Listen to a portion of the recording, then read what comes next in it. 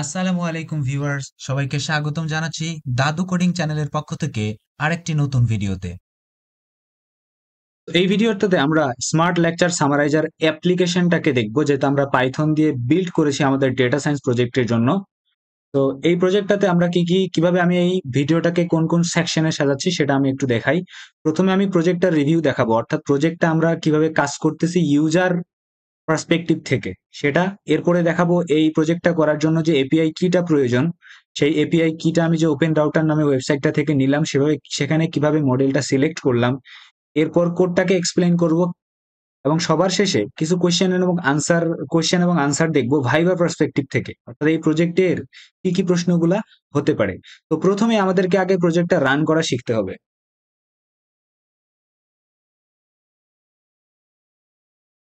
তো রান করার জন্য আমি কি করব, প্রথমে আমি ডেস্কটপের ভিতরে যেখানে আমি প্রজেক্টটাকে রেখেছি, তো প্রজেক্টটাকে আমি ডেস্কটপের ভিতরে যে এই ফোল্ডারটাতে রেখেছি এখানে গেলাম, গিয়ে এই যে ফাইনাল ডট ট্রায়াল ডট পাই, এটা কিন্তু হচ্ছে আমাদের প্রজেক্ট ফাইলটা। তো এই ফোল্ডারের এখানে এসে আমি কি করব, এখানে লিখবো সিএমডি।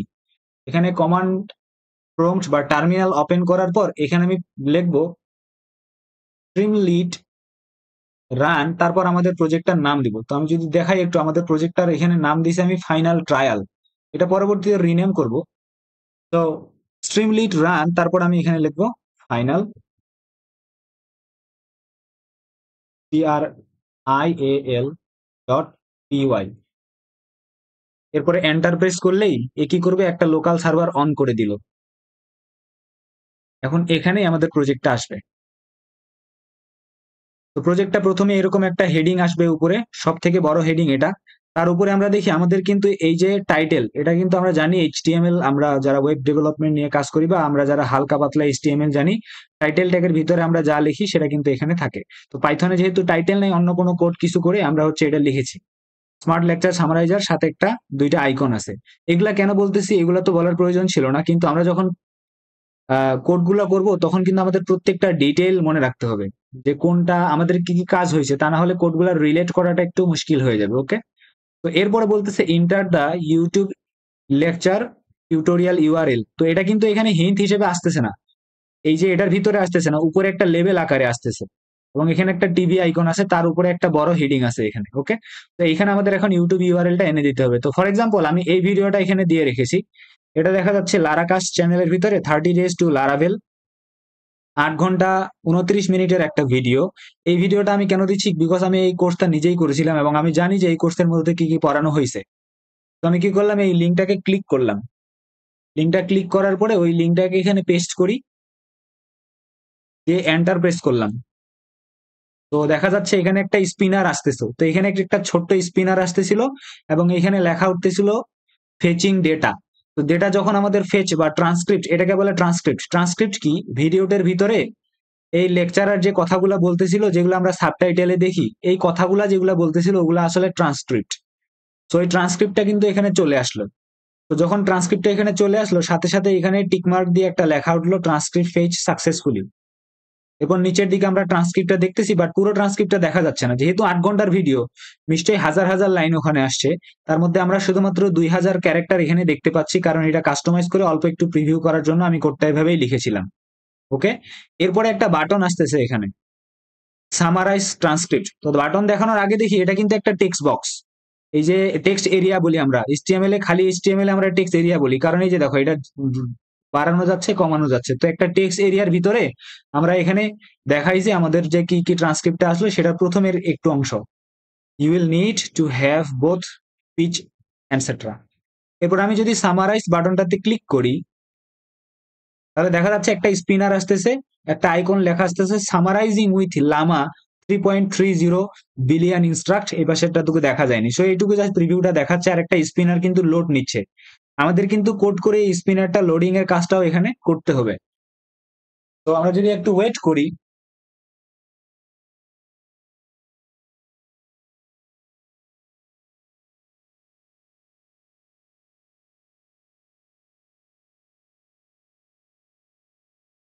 বাই ডিফল্ট আমরা যে এখানে ইন্টারফেসটা দেখেছি, এটার জন্য কিন্তু আমরা HTML CSS JavaScript react Laravel এরকম কোনো কিছুই করি নাই, সবকিছু পাইথন দিয়ে জেনারেট হচ্ছে। শুধু স্ট্রিমলিট নামে একটা লাইব্রেরি আছে, যেটা আমাদেরকে এই ছোটখাটো ইউআই গুলার জন্য হেল্প করে। পাইথনে আমরা এটা ব্যবহার করি। ওই স্ট্রিমলিট যে লাইব্রেরি আছে সেটাকে ব্যবহার করে আমরা এখানে কাজ করতেছি। তো যেহেতু অনেক বড় একটা ভিডিও, এটা অনেক সময় নিবেই।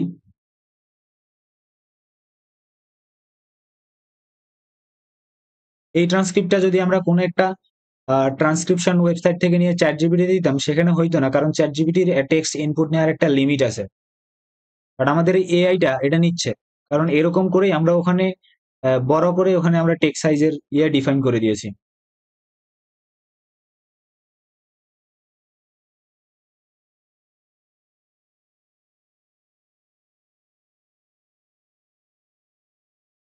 ওকে, তো সামারিটা যখন জেনারেট হয়ে গেল, ওই ট্রান্সক্রিপ্টটা পুরোটা যখন সামারিটা জেনারেট করলো, একটা টিক মার্ক দিয়ে একটা লেখা আসছে সামারি ইজ জেনারেটেড।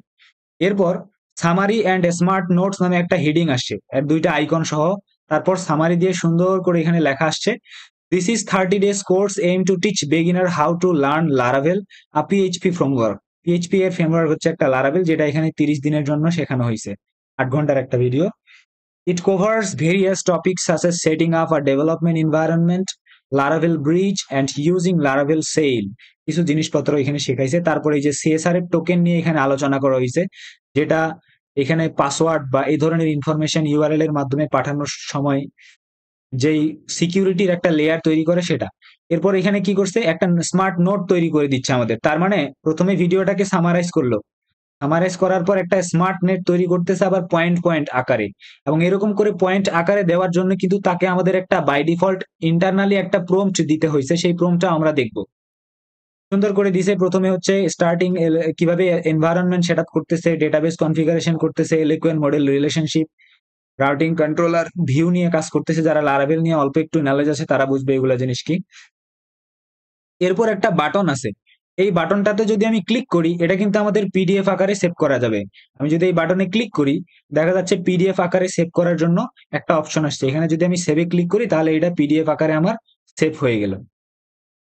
এখন নিচের দিকে দেখতেছি পিডিএফ। মেইন কথা হচ্ছে সামারাইজ সেকশন যখন শেষ হয়ে গেল, নোট সেকশন, সামারাইজ সেকশন এবং পিডিএফ জেনারেট সেকশন যখন শেষ হয়ে গেল, এখানে কিন্তু আমরা দেখতে পাচ্ছি ছোট একটা ডিভাইডার আছে ব্ল্যাক কালারে। আমার কি 100% জুম করা আছে? 110%, ঠিক আছে, 100% করা আছে। তো এই ডিভাইডারটার জন্য আমাদেরকে এখানে একটা ডিভাইডার জেনারেট করার জন্য এখানে একটা ছোট ফাংশন কল করতে হয়। এরপর উপরে একটা হেডিং দিচ্ছি, ask question about lecture summary. এটা একটা সাব হেডিং। এর আন্ডারে দেখতেছি একটা বক্স আসতেছে, বা একটা আমরা বলবো এলিমেন্টের একটা গ্রুপ আসতেছে। এর ভিতরে একটা ছোট হ্যান্ডেল আছে, কি ask a question related to the lecture summary. একটা লেভেল আছে, লেভেলের ভিতরে আমাদেরকে প্রশ্ন করার জন্য একটা জায়গা দিচ্ছে, একটা ইনপুট বক্স।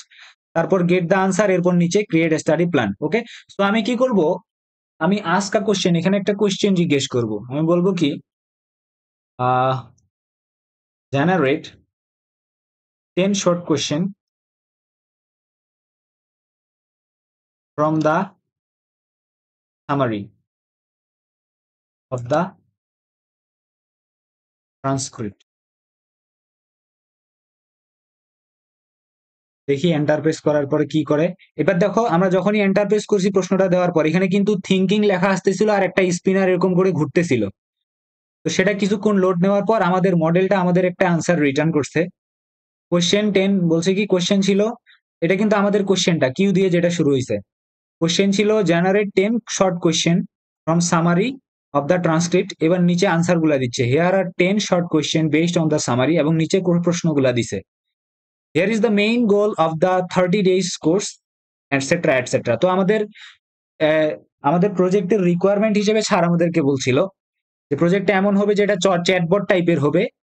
মানে আমরা তো আগে যে ফিচার গুলা দিছিলাম, এরপরে স্যার এক্সট্রা করে বলছিল যে এটা একটা চ্যাটবট টাইপের হবে, যাকে প্রশ্ন করলে সে উত্তর দিবে। 1 নম্বরে হচ্ছে চ্যাটবট টাইপের হবে, 2 নম্বরে হচ্ছে এটাকে লোকালি ডাউনলোড করতে হবে না, এপিআই ইউজ করে বা কোনো একটা লোকাল কোনো একটা হোস্টেড সার্ভারে থাকবে, সেখান থেকে আমরা ইউজ করব। বরং ওই ওলামা মডেলটাকে আমরা আমাদের ল্যাপটপে ডাউনলোড করব না, এমন একটা রিকোয়ারমেন্ট স্যারের ছিল। এই দুইটাই রিকোয়ারমেন্টই আমরা ফিল করছি। 3 নম্বর রিকোয়ারমেন্টটা হচ্ছে, স্যার বলেছিল যখন আমরা কোনো একটা প্রশ্ন করব একটা ট্রান্সক্রিপ্ট দিয়ে, সে যেন আমাদের যে উত্তরগুলো হবে শুধুমাত্র সেই ট্রান্সক্রিপ্টের আঙ্গিকেই দেয়, অন্য কোনো বা দুনিয়ার হাবিজাবি সব নলেজ এনে যেন এখানে না দেয়। ওকে, তো আমরা সেটা দেখি এখন সে করতেছি কিনা। আমি যে প্রশ্নগুলা করলাম, সে কি এই প্রশ্নগুলোর উত্তর দিতে পারতেছে চ্যাট জিপিটি বা অন্যান্য এআই বট গুলার মতো? আমি বললো now answer each of the questions you gave earlier. দেখি, এবারে দেখি থ্যাংক ইউ একটা স্পিনার কিন্তু ঘুরতেছে, প্রথমে থ্যাংক ইউ তারপর একটা স্পিনার। আরেকটা জিনিস আমরা লক্ষ্য করব, আনসারটা আসলে আনসারটা কিন্তু চ্যাট জিপিটির মতো, চ্যাট জিপিটি যেমন লিখতে থাকে উপর থেকে নিচের দিকে লিখতে লিখতে যায়, এরকম কিন্তু হচ্ছে না ডিরেক্টলি কিন্তু।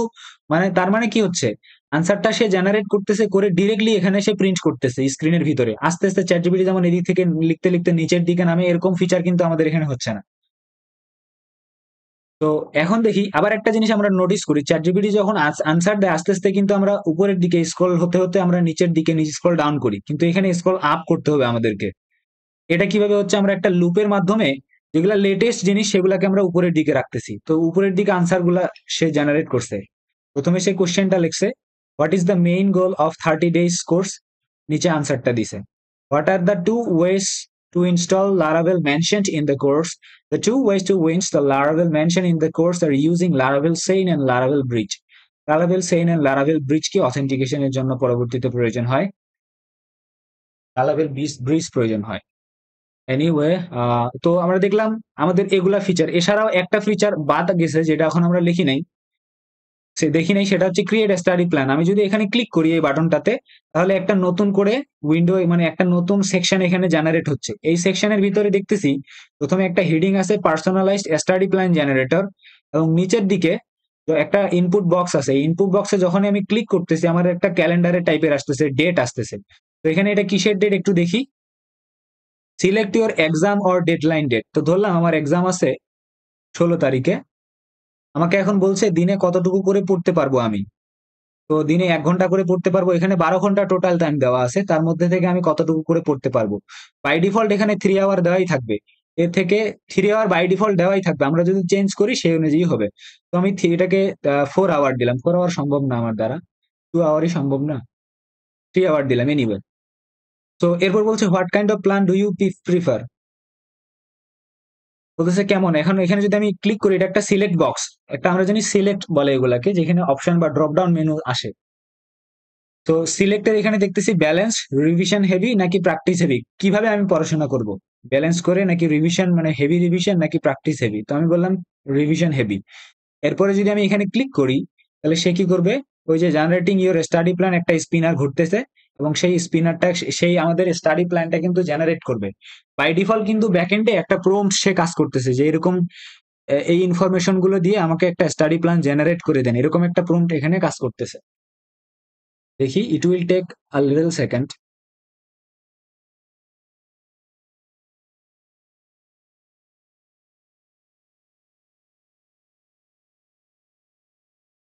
ওকে, তো পার্সোনাল স্টোরেজ প্ল্যানটা কিন্তু এখানে চলে আসছে। কল আসছিল, কি বলছিলাম আমি নিজে ভুলে গেছি। এনিওয়ে, তো এরকম করে স্টাডি প্ল্যানটা জেনারেট হলো, জেনারেট হওয়ার পর আমি যদি এখানে ক্লিক করি, এখন এখানে এইটা হচ্ছে পিডিএফটা প্রিন্ট হয়ে যাবে। পিডিএফটা খুব বেশি ফরম্যাটেড ওয়েতে প্রিন্ট হয় না, জাস্ট একটা পিডিএফ প্রিন্ট হয়, এরকম কিছু আছে টেক্সট গুলো, এগুলো হচ্ছে পিডিএফটা প্রিন্ট হয়ে গেছে। ওকে, সো মোটামুটি এইটুকুই কাজ প্রজেক্টটার। প্রথমে আমরা একটা ইউআরএল দিলাম, সেটা থেকে সে ট্রান্সক্রিপ্টটা নিল, সেটাকে সামারাইজ করলো, সামারি এবং একটা স্মার্ট নোট দিল। তারপর এখানে আমরা সেটা নিয়ে এইটার সাথে আমরা হচ্ছে কোশ্চেন আনসার করতেই পারি,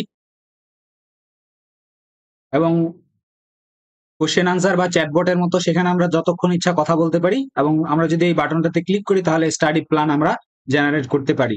এই হচ্ছে মোটামুটি আমাদের প্রজেক্টটা। এরপর আমরা এখন দেখবো যে ওপেন রাউটার জিনিসটা আসলে কি।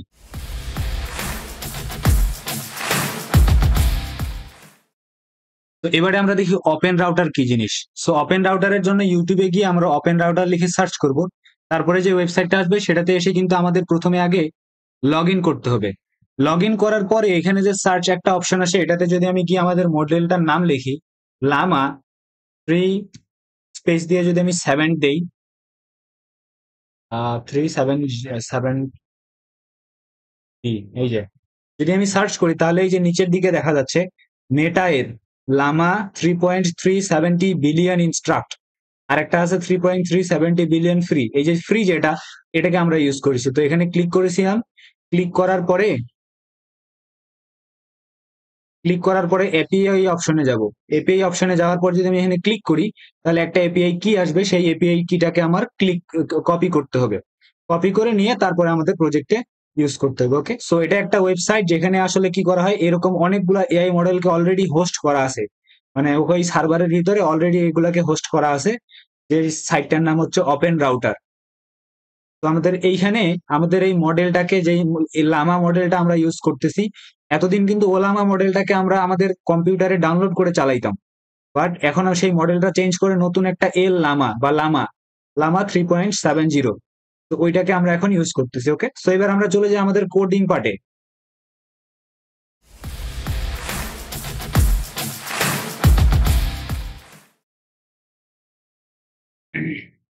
তো কোডিং পার্টের মধ্যে দেখি, প্রথমেই আমরা কি করব, আমাদের যে প্রয়োজনীয় লাইব্রেরি গুলো আছে সেগুলোকে আমরা এখানে ইম্পোর্ট করে রেখেছি।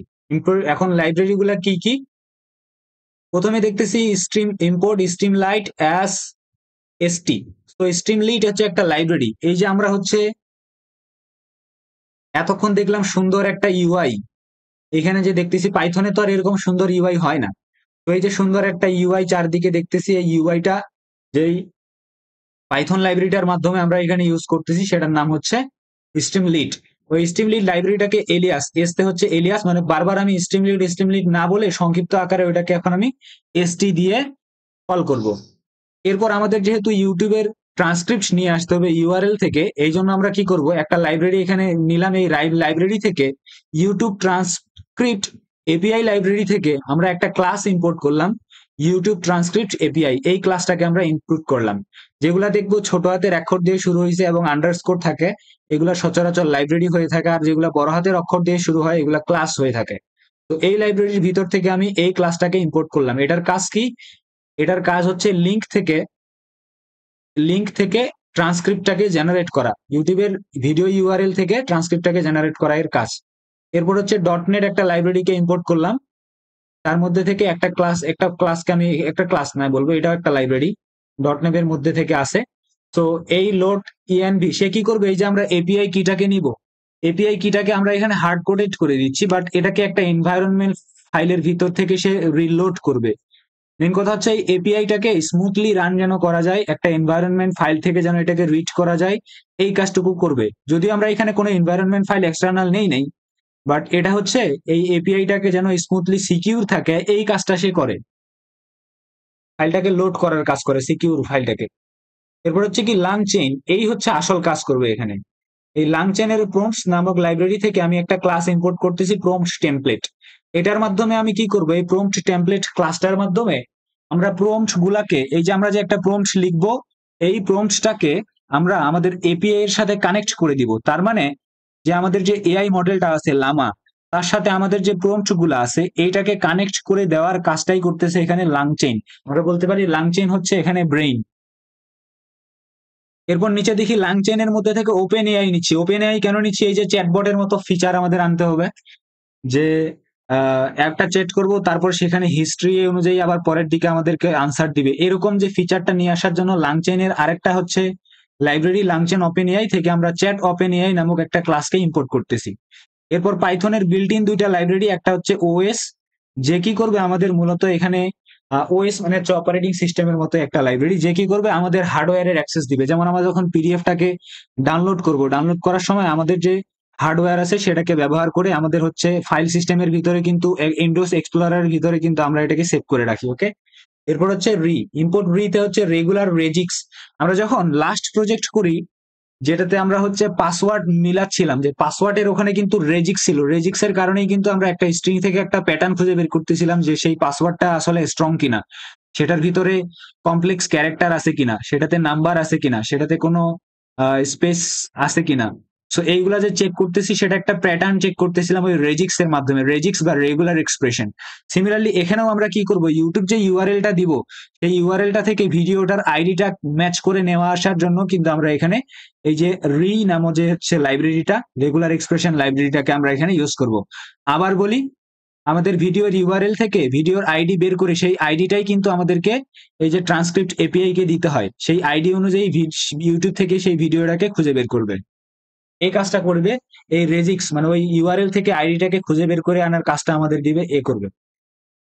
এরপর যেহেতু পিডিএফটাকে আমার প্রিন্ট করাইতে হবে সেজন্য একটা লাইব্রেরি ইম্পোর্ট করলাম এফ পিডিএফ, সেখান থেকে একটা ক্লাস হচ্ছে এফ পিডিএফ, এটাকে ইনক্লুড করলাম। ওকে, তো এরপর আমি কি করলাম, লোড ডট ইএনভি দিয়ে ওই আমাদের এপিআইটাকে লোড করার জন্য যে ফাংশনটা সেটাকে আমি কল করে দিলাম। বাস সে কি করছে, এনভায়রনমেন্টের সেটআপ আমাদের যা কিছু করার সেটা করছে, এপিআইটা এখন স্মুথলি কাজ করবে। ওকে, তো প্রথমে আমরা কি করতেছি, এখান থেকে রিডিং শুরু হবে। প্রথমে স্ট্রিমলাইট পেজ, প্রথমে এই যে উপরের দিকে আমরা দেখলাম, আমরা যখন এখানে দেখি এই যে উপরের দিকে একটা হেডিং আসছিল, টাইটেলটা স্ট্রিমলাইট লেকচার সামারাইজার, সেটা আসলে এখান থেকে তৈরি হচ্ছে। এই যে এসটি, এসটি হচ্ছে কি স্ট্রিমলাইটের শর্ট ফর্ম, আমরা একটু আগে এই যে দেখছি শর্টকাট নিছি, ST dot set page config, পেজের টাইটেল দিয়ে দাও, কি টাইটেল দিবে এটা দিয়ে দাও, পেজের টাইটেল, এবং একটা আইকন সেট করো, এই যে এটা হচ্ছে আইকন ইমোজিটা, যেটা আমাদের ল্যাপটপের উইন্ডোজ তারপরে হচ্ছে কমা এটা চিপলে অথবা উইন্ডোজ ডট চিপলে এখানে ইমোজি গুলো আসে, সেটা আমরা দিতে পারি। এরপরে হচ্ছে আবার কি করলাম, নিচে ওইখানে একটা টাইটেল দিতে হবে নিচের দিকে, ST dot title smart lecture summariser, এটা কোথায় ছিল, ইধার মে স্মার্ট লেকচার সামারাইজার। ওকে, এরপর নিচে কি করব, এখন আমাদেরকে এখানে সেশন ধরে রাখতে হবে। সেশন জিনিসটা আসলে কি, মনে রাখার সুবিধার্থে বলি, এটা হচ্ছে one kind of memory, temporary memory. যতক্ষণ আমি ওই পেজের ভিতরে থাকবো, এই পেজের ভিতরে থাকবো, তখন বাই দা আমরা বলবো ব্যাকএন্ডে একটা মেমোরি কাজ করবে, যে কি করবে, আমাদের হিস্ট্রি গুলার ট্র্যাক রাখবে, আমাদের হিস্ট্রি গুলার একটা ট্র্যাক রাখবে, যে একটার পর একটা। আর এখানে রিফ্রেশ করে দিলে কিন্তু সবকিছু রিফ্রেশ হয়ে যাবে, বাট আমরা যতক্ষণ পর্যন্ত রিফ্রেশ না করব সেই হিস্ট্রিটা ধরে রাখবে। এটা হচ্ছে সেশন, মানে এখানে টাইমিং প্লাস মেমোরি দুইটা জিনিসই একসাথে ব্যালেন্স করবে এই সেশন জিনিসটা। সেই সেশনটাকে আমরা একটা মেমোরির সাথেই তুলনা করতে পারি, যে আসলে আমাদের লক্স গুলাকে ধরে রাখতেছে, আমরা কি কাজ করতেছি, কি কি চেঞ্জ আসলো, সেই জিনিসগুলাকে সে ধরে রাখতেছে। ওকে, তো বাই ডিফল্ট প্রথমে আমরা সবগুলাকেই করে দিব ফাঁকা, এমটি করে দিব, ডিক্লিয়ার করে সেগুলাকে এমটি দিয়ে ইনিশিয়ালাইজ করবো। কি কাজ হচ্ছে এখানে, বলতেছে ইফ ট্রান্সক্রিপ্ট অফ টেক্সট যদি not in ST dot session state, মানে হচ্ছে অলরেডি যদি কোনো ট্রান্সক্রিপ্ট না থাকে তাহলে সেটাকে এই যে এমটি করে দাও। তাহলে ওই যে ট্রান্সক্রিপ্ট যে সেশনটা, মানে একটা নতুন সে সেশন ক্রিয়েট করলো, সেশন স্টেট, সেটার নাম দিল ট্রান্সক্রিপ্ট টেক্সট, সেই স্টেটের ভ্যালু এমটি করে দাও। তো প্রথম প্রথম কোনো কিছু যদি কাজ না করে সবগুলাই কি থাকবে, এমটি থাকবে। এবং সামারি আউটপুট, প্রথমেই তো আর সামারিটা জেনারেট হচ্ছে না, প্রথমে ট্রান্সক্রিপ্ট তো থাকে না, এই জন্য ওটাকে আমি এমটি দিয়ে ইনিশিয়ালাইজ করলাম। সামারি থাকে না, সেটাকেও এমটি দিয়ে ইনিশিয়ালাইজ করলাম। চ্যাট হিস্ট্রি থাকে না, সেটাও হচ্ছে একটা এমটি লিস্ট দিয়ে ইনিশিয়ালাইজ হচ্ছে। স্টাডি প্ল্যান থাকে না, সেটাও ফলস করে দেওয়া হচ্ছে। কোশ্চেন সাবমিটেড কোনো কিছুই নাই, তাও ফলস। এবং লাস্ট ভিডিও ইউআরএল, এটা কি লাস্ট ভিডিও ইউআরএল, মানে এখানে কি হবে, যেমন আমি এখানে যে প্রথমে যে ভিডিওর ইউআরএলটা, এটা কিন্তু সে ধরে রাখতেছে। পরবর্তীতে এসে যদি আমি আরেকবার যদি এই ইউআরএলটাই এখানে দেই, তো আরেকবার ওই ইউআরএলটা দেওয়ার আগ পর্যন্ত কিন্তু ওটা এখানে থাকতেছে, এটা কিন্তু মিস হয়ে যাচ্ছে না। এই জন্য এটাও কিন্তু সেশনের একটা ভেরিয়েবলের ভিতরে থেকে যাচ্ছে। আমরা যখন যে কোনো একটা ওয়েবসাইটে ঢুকি, তো ঢুকে আমরা যখন লগ ইন করি, লগ ইন করে সেখান থেকে বের হয়ে আসার আগ পর্যন্ত, মানে লগ আউট করার আগ পর্যন্ত ওই ওয়েবসাইটটা কি করে, সেই সেশনটাকে ধরে রাখে। তার মানে ওই ওয়েবসাইটটা আমাদের ব্রাউজারের ক্যাশের ভিতরে বা তাদের যে ডাটাবেজ আছে সেখানে ক্যাশিং করে সে আমাদের ওই সেশনটাকে ধরে রাখে। এটাই হচ্ছে সেশন। যারা অথেন্টিকেশন কাজ করছি ওয়েবসাইট নিয়ে, তারা হচ্ছে এই বিষয়টা ক্লিয়ারলি বুঝতে পারবো। এনিওয়ে, তো আমরা কি করলাম, বাই ডিফল্ট ট্রান্সক্রিপ্ট টেক্সট নামে যে সেশনটা সেটাকে হচ্ছে এমটি করে দিলাম। সামারি আউটপুট সেশন সেটাকেও এমটি করলাম। চ্যাট হিস্ট্রি সেশন সেটাও এমটি। এখানে চেক হচ্ছে যে কি ট্রান্সক্রিপ্ট ইজ নট, মানে ট্রান্সক্রিপ্টের ভিতরে যদি অলরেডি কোনো ভ্যালু না থাকে তাহলে সবগুলাকেই বাই ডিফল্ট তুমি এমটি করে দিয়ে আসো। ওকে, এরপর নিচের দিকে কিছু ফাংশনের ডেফিনেশন আছে, যেই ফাংশন গুলাকে আমরা কল করতেছি নিচের দিকে। এই ডেফ কিওয়ার্ড দিয়ে এখানে ফাংশনকে ডিফাইন করা হয়। In Python we define a function using this def keyword and this is the name of the function. Okay, so we will see these things later, but first of all we will see what we are starting our code. কোডটা প্রথমে কি কাজ হচ্ছে, এখান থেকেই মূলত কাজটা শুরু হয়। কত নম্বর লাইন, 106 নম্বর লাইন থেকে প্রথমে আমরা ইউআইটা একটা লোড হয়। তো ইউআইটা লোড হয়, লোড হওয়ার পরেই কিন্তু কি হয়, আমাদের এন্টার ইউটিউব লেকচার এই টেক্সটটা আসে। তো এটার মাধ্যমে আসতেছে এসটি ডট টেক্সট স্ট্রিমলাইট লাইব্রেরিটাকে বলতেছে একটা ইনপুট বক্স দেখাও, এবং এই ইনপুট বক্সটার উপরে তুমি লেবেল দিবা inter YouTube URL, inter YouTube lecture tutorial URL, এটা তুমি দিবা। তো এটা কিভাবে, এই যে এটার কারণেই কিন্তু এই বক্সটা এখানে ক্রিয়েট হচ্ছে, এই যে inter YouTube tutorial URL on নিচে এই বক্সটা তৈরি হচ্ছে। এরপর আমরা এখানে একটা লিংক দিচ্ছি, URL value ST session last video URL. মানে এটা কি করছে, ভ্যালু হিসেবে এটার যদি আমরা অলরেডি কোনো রকমের যেমন বর্তমানে কিন্তু এখানে অলরেডি একটা ইউআরএল আছে, তো সেশন আকারে সে কি করছে, ধরে রেখে ওইটাকে ভ্যালু আকারে দেখাচ্ছে। এই জন্য এই ইনপুট বক্সের ভ্যালু কিন্তু এখন এটা, বাট প্রথমে কিন্তু এটার ভ্যালু কোনো কিছুই থাকবে না। এই জন্যই কিন্তু এই যে এখানে ছিল লাস্ট ভিডিও ইউআরএল এর সেশনটা, এই যে লাস্ট ভিডিও ইউআরএলটা তখন ইমটি ছিল, বাট যখনই একবার আমি ওটা দিয়ে কাজ করাইছি তখন তো আর এটা ইমটি নেই, এই জন্য এখানে ধরে রাখছে এই ভ্যালু এর ভিতরে নিয়ে সেটা ধরে রাখছে এখানে। ওকে, তো প্রথমে আমাদের টেক্সট বক্সটা দেখালো, এরপর নিচের দিকে প্রশ্ন এখানে দেখা একটা কন্ডিশন চেক হচ্ছে, if video URL and video URL is not equal to st session dot last video URL. এর মানে হচ্ছে যদি ইউজার নতুন করে একটা ভিডিও ইউআরএল দেয়, মানে এই যে ইনপুট বক্সটা এটার মাধ্যমে যদি নতুন একটা ভিডিও ইউআরএল আসে, তাহলে যদি নতুন কোনো ভিডিও ইউআরএল আসে, মানে মেন কথা হচ্ছে ইউজার যদি কোনো ভিডিও ইউআরএল দেয় এবং যেই ভিডিও ইউআরএলটা দিল সেটা যদি আগেরটার সাথে ম্যাচ না হয়, if video URL is not equal two আগের যে ভিডিও ইউআরএল, মানে এমন যদি হয় যে আমি অলরেডি এই ভিডিও ইউআরএলটা দিচ্ছি, আবার যদি ওইটা নিয়ে এখানে দেখাই, তাহলে নিচে আর কোনো কাজ করবে না, চেঞ্জ হবে না। সেজন্য এই কাজটা করা, if video URL is not equal to last video URL, তাহলে কি করবে, নিচের দিকে যাবে, মানে যদি নতুন কোনো ভিডিও ইউআরএল ইউজার দেয় তাহলে নিচের কাজগুলো এখন হবে। তাহলে নিচের কাজগুলো কি হবে, লাস্ট ভিডিও ইউআরএল এর সেশনটা আপডেট হয়ে নতুন ভিডিও এর ইউআরএলটা যাচ্ছে, সামারি আউটপুটটা বর্তমানে ব্ল্যাঙ্ক হয়ে থাকতেছে, কারণ সামারি এখনো জেনারেট হয় নাই। নিচের দিকে একটা ফাংশন সামারির জন্য কল হবে, তারপর আপাতত শুধু ট্রান্সক্রিপ্ট হয়ে আসেনি, শুধু ইউআরএল আসলো। ওকে, তারপর চ্যাট হিস্ট্রিটা হচ্ছে একটা ব্ল্যাঙ্ক একটা অ্যারে ডিক্লেয়ার করলো, স্টাডি প্ল্যানেরটাকেও ফলস করে দিল, কোশ্চেন সাবমিটেডটাকেও ফলস করে দিল। প্রশ্ন হচ্ছে এটা তো প্রথমেই ছিল, তাহলে পরে আবার হচ্ছে এই নেক্সট ভিডিও ইউআরএল নিয়ে এটাকে ইনিশিয়ালাইজ করার কি প্রয়োজন? প্রয়োজনটা এরকমই, ধরো আমি অলরেডি এই ভিডিওটার জন্য কাজ করছি, আরেকটা নতুন করে যদি ভিডিও এখানে ইউআরএল দেই, তখন তো আমাকে আগের গুলাকে ক্লিয়ার করতে হবে।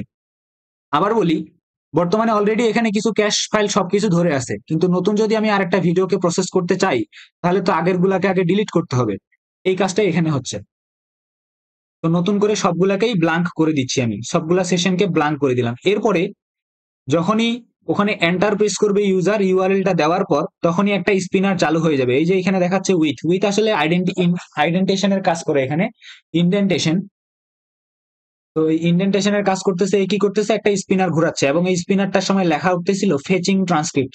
স্পিনার বলতে এই যে এখানে এন্টার দা ইউআরএল, এখানে যখন আমি ক্লিক করছি এখানে একটা ঘুরতেছিল একটা গোল সার্কেল, ওইটাকে বলা হয় স্পিনার।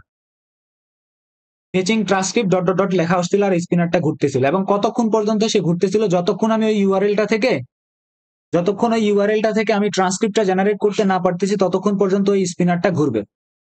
তো ততক্ষণে কি কাজ হবে, এখানে আমরা এক্সেপশন হ্যান্ডেলিং এর কনসেপ্ট আমরা অলরেডি ওওপি কোর্সে পড়ে আসছিলাম, যে ট্রাই ব্লকের ভিতরে আমরা লিখি, এই ট্রাই ব্লকের ভিতরে যা লিখি এটার ভিতরে কোনো যদি ভুল আসে, কোনো যদি এরর থাকে, তাহলে এক্সেপশন আকারে সেটা আমরা নিচের দিকে এক্সেপশনের ইয়াটাতে পড়াতে চাই। তো কনসেপ্ট যদি আমাদের জানা থাকে, সিনটেক্স যাচ্ছে এখানে যে একটু আলাদা। তো ট্রাই ব্লকের ভিতরে আমি দেখলাম যে সেশন স্টেটের আমাদের কি কাজ করবে, আমার ওই ভিডিও ইউআরএল দিয়ে আমাকে কি করতে হবে, ট্রান্সক্রিপ্টটা নিয়ে আসতে হবে। প্রথম কাজ তো আমার এটাই, তো আমি এখানে এই কাজটাই করতেছি, ভিডিও ইউআরএলটাকে আমি গেট ইউটিউব ট্রান্সক্রিপ্ট নামে একটা ফাংশনের ভিতরে দিলাম। এই গেট ইউটিউব ট্রান্সক্রিপ্ট ফাংশন এখন কি করবে, ওই ভিডিও ইউআরএলটা থেকে আমাকে ট্রান্সক্রিপ্টটা জেনারেট করে এখানে দিবে। তো এখন এই ফাংশনটার ডেফিনেশন কোথায় পাবো, গেট ইউটিউব ট্রান্সক্রিপ্ট, এই যে এখানে গেট ইউটিউব ট্রান্সক্রিপ্ট একটা ফাংশন, এর ভিতরে ভিডিও ইউআরএলটা ইনপুট হিসেবে আসতেছে। আসার পরে কি হচ্ছে, এখানে এখানে আমরা দেখতেছি এইদিকে কি হচ্ছে, এইদিকে একটা ফাংশন কল হচ্ছে, এই যে রি নামক যে আমরা হচ্ছে রেজিক্স, আমরা দেখছি এখানে রেজিক্স এর লাইব্রেরিটা ইম্পোর্ট করছি, তার মধ্যে থেকে একটা ফাংশনকে আমরা কল করতেছি সার্চ।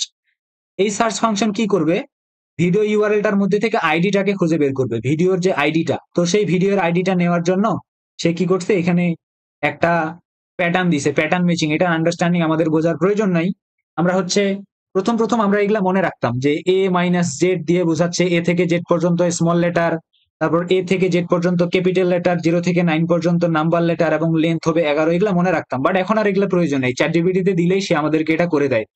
যে আমরা জাস্ট বলি যে এরকম একটা রেজিক্স জেনারেট করো, সে জেনারেট করে দেয়। এছাড়াও রেজিক্স নামে একটা ওয়েবসাইট আছে, সেখান থেকে আমরা ডেফিনেশনটা দেখতে পারি। প্রয়োজন নাই, জাস্ট এটুকু শুনি যে রেগুলার এক্সপ্রেশনের সার্চ নামক যে লাইব্রেরিটা আছে সেখানে আমি একটা প্যাটার্ন দিলাম। এই প্যাটার্নটা আসলে কি ইউআরএল এর মধ্যে থেকে আইডি বের করে, ভিডিওর আইডি বের করে নিয়ে আসার প্যাটার্ন, এবং তার ভিতরে আমি ইউআরএলটা দিলাম এবং হচ্ছে ওই প্যাটার্নটা দিলাম। সেখান থেকে যদি আইডিটা পায় তাহলে এখানে আসবে। লং ফর্ম থ্রু যদি হয়, মানে এখানে দুইটা ফাংশন চালানো হয়েছে, একটা লং ফর্মের জন্য, একটা শর্ট ফর্মের জন্য।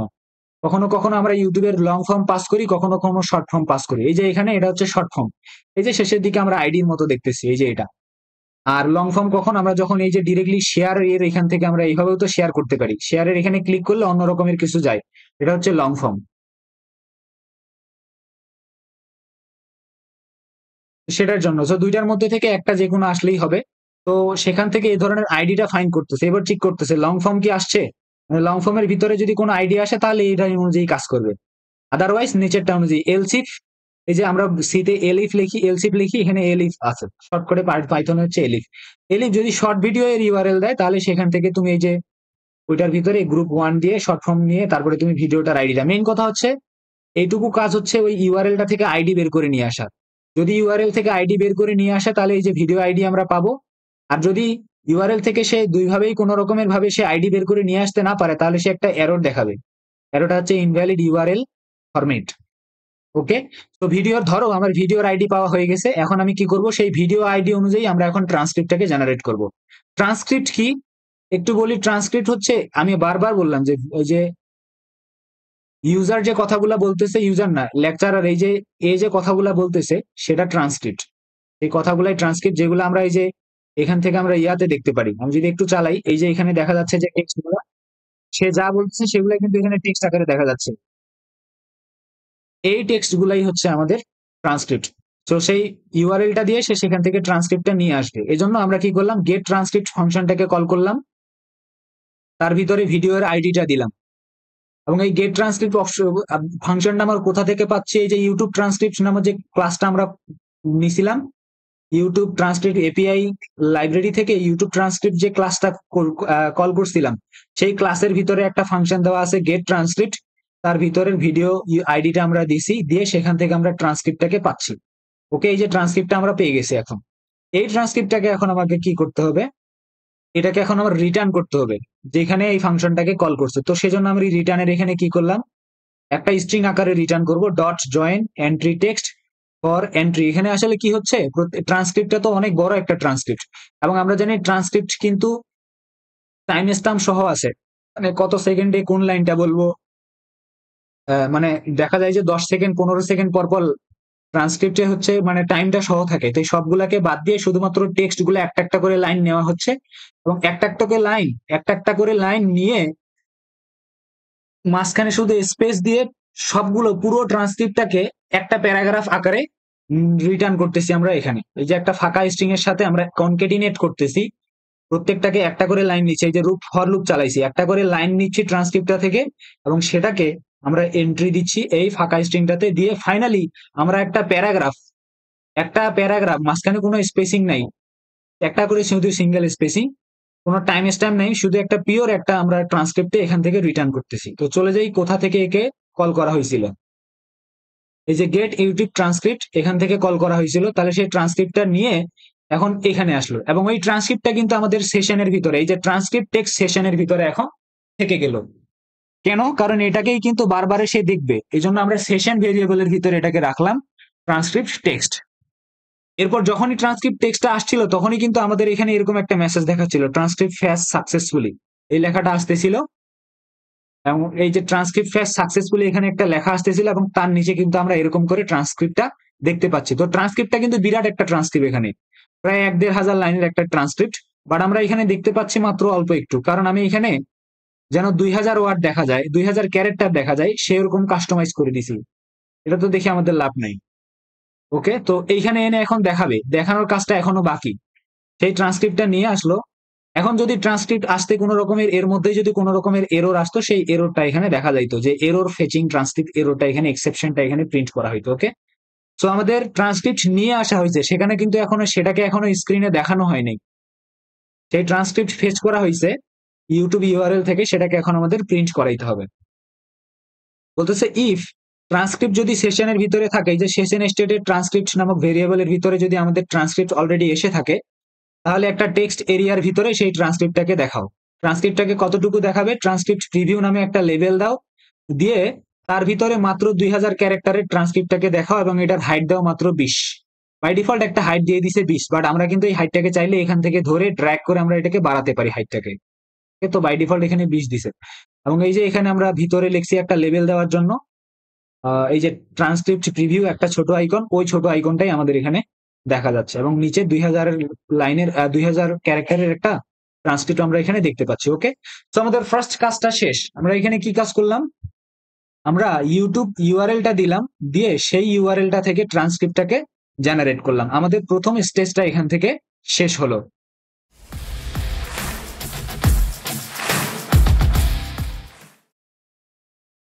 আমাদের প্রথম কাজ শেষ, এবার আমরা দ্বিতীয় কাজ দেখব। দ্বিতীয় কাজ কি? দ্বিতীয় কাজ হচ্ছে আমরা যদি এই বাটনটাতে ক্লিক করি, তাহলে যেন একটা স্পিনার লোড হয় এবং এই স্পিনারটা যতক্ষণ পর্যন্ত লোড হবে ততক্ষণে যেন আমার সামারিটা জেনারেট হয়, এবং সামারিটা জেনারেট হয়ে যেন ফাইনালি এই ধরনের একটা রিপ্লাই বা এই ধরনের একটা রেসপন্স আমরা পাই। তো এটার কোডের পার্টটুকু এখন আমরা দেখব। তো উপরের কাজটুকু হইলো আমরা শুধুমাত্র ট্রান্সক্রিপ্ট নিছি এই পর্যন্ত এবং ট্রান্সক্রিপ্টটা নিয়ে সেটাকে প্রিন্ট করাইছি এই পর্যন্ত। এরপর সামারাইজ বাটন। তো সামারাইজ বাটনটা কিভাবে তৈরি করছি? st.button summarise transcript. এটাকে জাস্ট যদি আমি এইটুকু লিখতাম তাহলে কিন্তু আমার বাটনটা জাস্ট তৈরি হইতো, বাট যখনই আমি এটার সামনে ইফ দিছি, তার মানে এর মানে হচ্ছে এই বাটনটার উপরে যদি কেউ ক্লিক করে, তাহলে এইখানে আমরা যখন হচ্ছে এমনিতে রিয়্যাক্ট বা হচ্ছে সচরাচর আমরা যখন HTML এ কাজ করি, তখন এই ধরনের জিনিসগুলাকে এগুলাকে বলি ইভেন্ট হ্যান্ডেল করি। সেটা অন ক্লিক ইভেন্ট আমরা এখানে হ্যান্ডেল করি। ওকে, তো এখানে এরকম একটা ইভেন্ট ধরে নাও যে সামারাইজ ট্রান্সক্রিপ্ট বাটনটার উপরে যখন ক্লিক করবে, তখন এই যে ইফের ইন্ডেন্টেশনের আন্ডারে এইটুকু কাজ হবে। এখন এইটুকু কাজ কি কি? প্রথমে একটা স্পিনার লোড করবে, এই যে summarising with LLM 3.70 dot dot dot এরকম লেখাটা আসবে, এবং উইথ এই লেখাটা যতক্ষণ পর্যন্ত এই স্পিনারটা লোড হবে, এর ভিতরেই তখন বিহাইন্ড দ্য সিন কি কি কাজ হবে। প্রথমে আমরা সেটাকে আমরা ট্রাই এবং এক্সেপশন ব্লকের ট্রাই ক্যাচ ব্লকের ভিতরে রাখলাম। I have already explained these are the indicator of exception handling. ওকে, তো এরপর আমি এখানে কি করলাম? চেইন একটা ভেরিয়েবল ডিক্লেয়ার করলাম। এই চেইন কি করবে? এটা আসলে একটা এটা ডিফল্ট দেওয়া একটা ভেরিয়েবল, যেটা হচ্ছে আমাদের লাংচেইন যে ফ্রেমওয়ার্কটা আছে, জাভাস্ক্রিপ্টও সাপোর্ট করে। লাংচেইন কি? উপরে আমরা দেখছিলাম যে লাংচেইন হচ্ছে, আমি বললাম যেটাকে হচ্ছে যে এটা হচ্ছে ব্রেইন, যে কি করে আমাদের এই যে প্রম্পটটা আছে এটার সাথে আমাদের যে মডেলটা আছে এই মডেলটাকে সে এই মডেলটাকে সে কানেক্ট করে এই দুইটার মধ্যে কমিউনিকেশন বিল্ড করে এবং সেখান থেকে সে রেসপন্স নিয়ে আসে এবং চেইন হয় কিন্তু রেসপন্স। এটার নাম হচ্ছে লাং চেইন। কেন? কারণ আমি কিন্তু এখানে চেইন রিলেটেড কাজ করতেছি। প্রথমে সামারাইজ করতেছি এবং পরবর্তীতে এই প্রশ্নগুলা কিন্তু এই সামারির বেসিসে আমি তৈরি করাচ্ছি নিচের দিকে। তার মানে প্রথমে যে রেসপন্স পাচ্ছি সেটাকে নিয়েই কিন্তু আমি পরবর্তীতে চেইন অনুযায়ী কাজ করতেছি। এই ধরনের কাজ করার জন্য আমাদেরকে এই লাংচেইন আমাদেরকে সেই ফ্যাসিলিটিসটা দেয়। লাংচেইন হচ্ছে একটা ফ্রেমওয়ার্ক যেটা both JavaScript and Python support করে। ওকে, ওকে, এখান থেকে তো আমরা কি করলাম? এখানে চেইন ভেরিয়েবলের ভিতরে কি রাখতেছি? এই যে সামারি প্রম্পট টেমপ্লেট, এই যে প্রম্পট টেমপ্লেট, যে প্রম্পটটা সামারি প্রম্পট টেমপ্লেট, এর সাথে আমরা কি করতেছি? আমাদের যে LLM মডেলটা আছে, এই যে এল লামা মডেলটা LLM, সেই দুইটাকে আমি পাইপলাইনিং করতেছি। এই যে পাইপলাইন চিহ্নটা, চিহ্নটা, অর মানে কিন্তু or operation, logical or operation না। লজিক্যাল অর অপারেশনের জন্য পাইথনে আমরা জাস্ট OR লিখি। এই দুইটার মধ্যে পাইপলাইনিং হচ্ছে, মানে কানেকশনের কাজটা এখানে হচ্ছে চেইনের মাধ্যমে। এরপর আমি কি করতেছি? একটা রেসপন্স জেনারেট করব। মেইন কথা হচ্ছে আমি এখন সামারাইজেশনের কাজটা এখানেই করব। এজন্য কি করতেছি? ওই চেইন ভেরিয়েবলটার ভিতরে একটা চেইন যে আমি এখানে অবজেক্টটা আছে, চেইন যে লাইব্রেরিটা আছে, এটা থেকে আমি একটা ফাংশনকে কল করতেছি ইনভোক। এই ইনভোক ফাংশনের ভিতরে আমি দিয়ে দিলাম আমাদের যে ট্রান্সক্রিপ্টের জন্য যে টেক্সটটা পাইছি, সেই ট্রান্সক্রিপ্টটা আমি এখানে দিয়ে দিচ্ছি।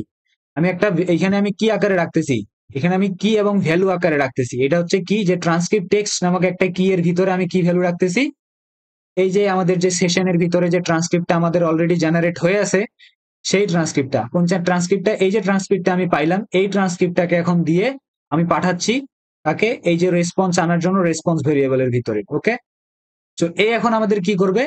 এটা নিয়ে এখন চলে যাবে মডেলটার কাছে, গিয়ে এখন প্রশ্ন করবে। তো এখনো প্রশ্ন করবে না, দেখি এখানে কি কাজ হচ্ছে। প্রথমে ইনভক করতেছে, ইনভক ফাংশনটা কল হইলো, কল হওয়ার পরে রেসপন্স কন্টেন্ট ইফ হ্যাশ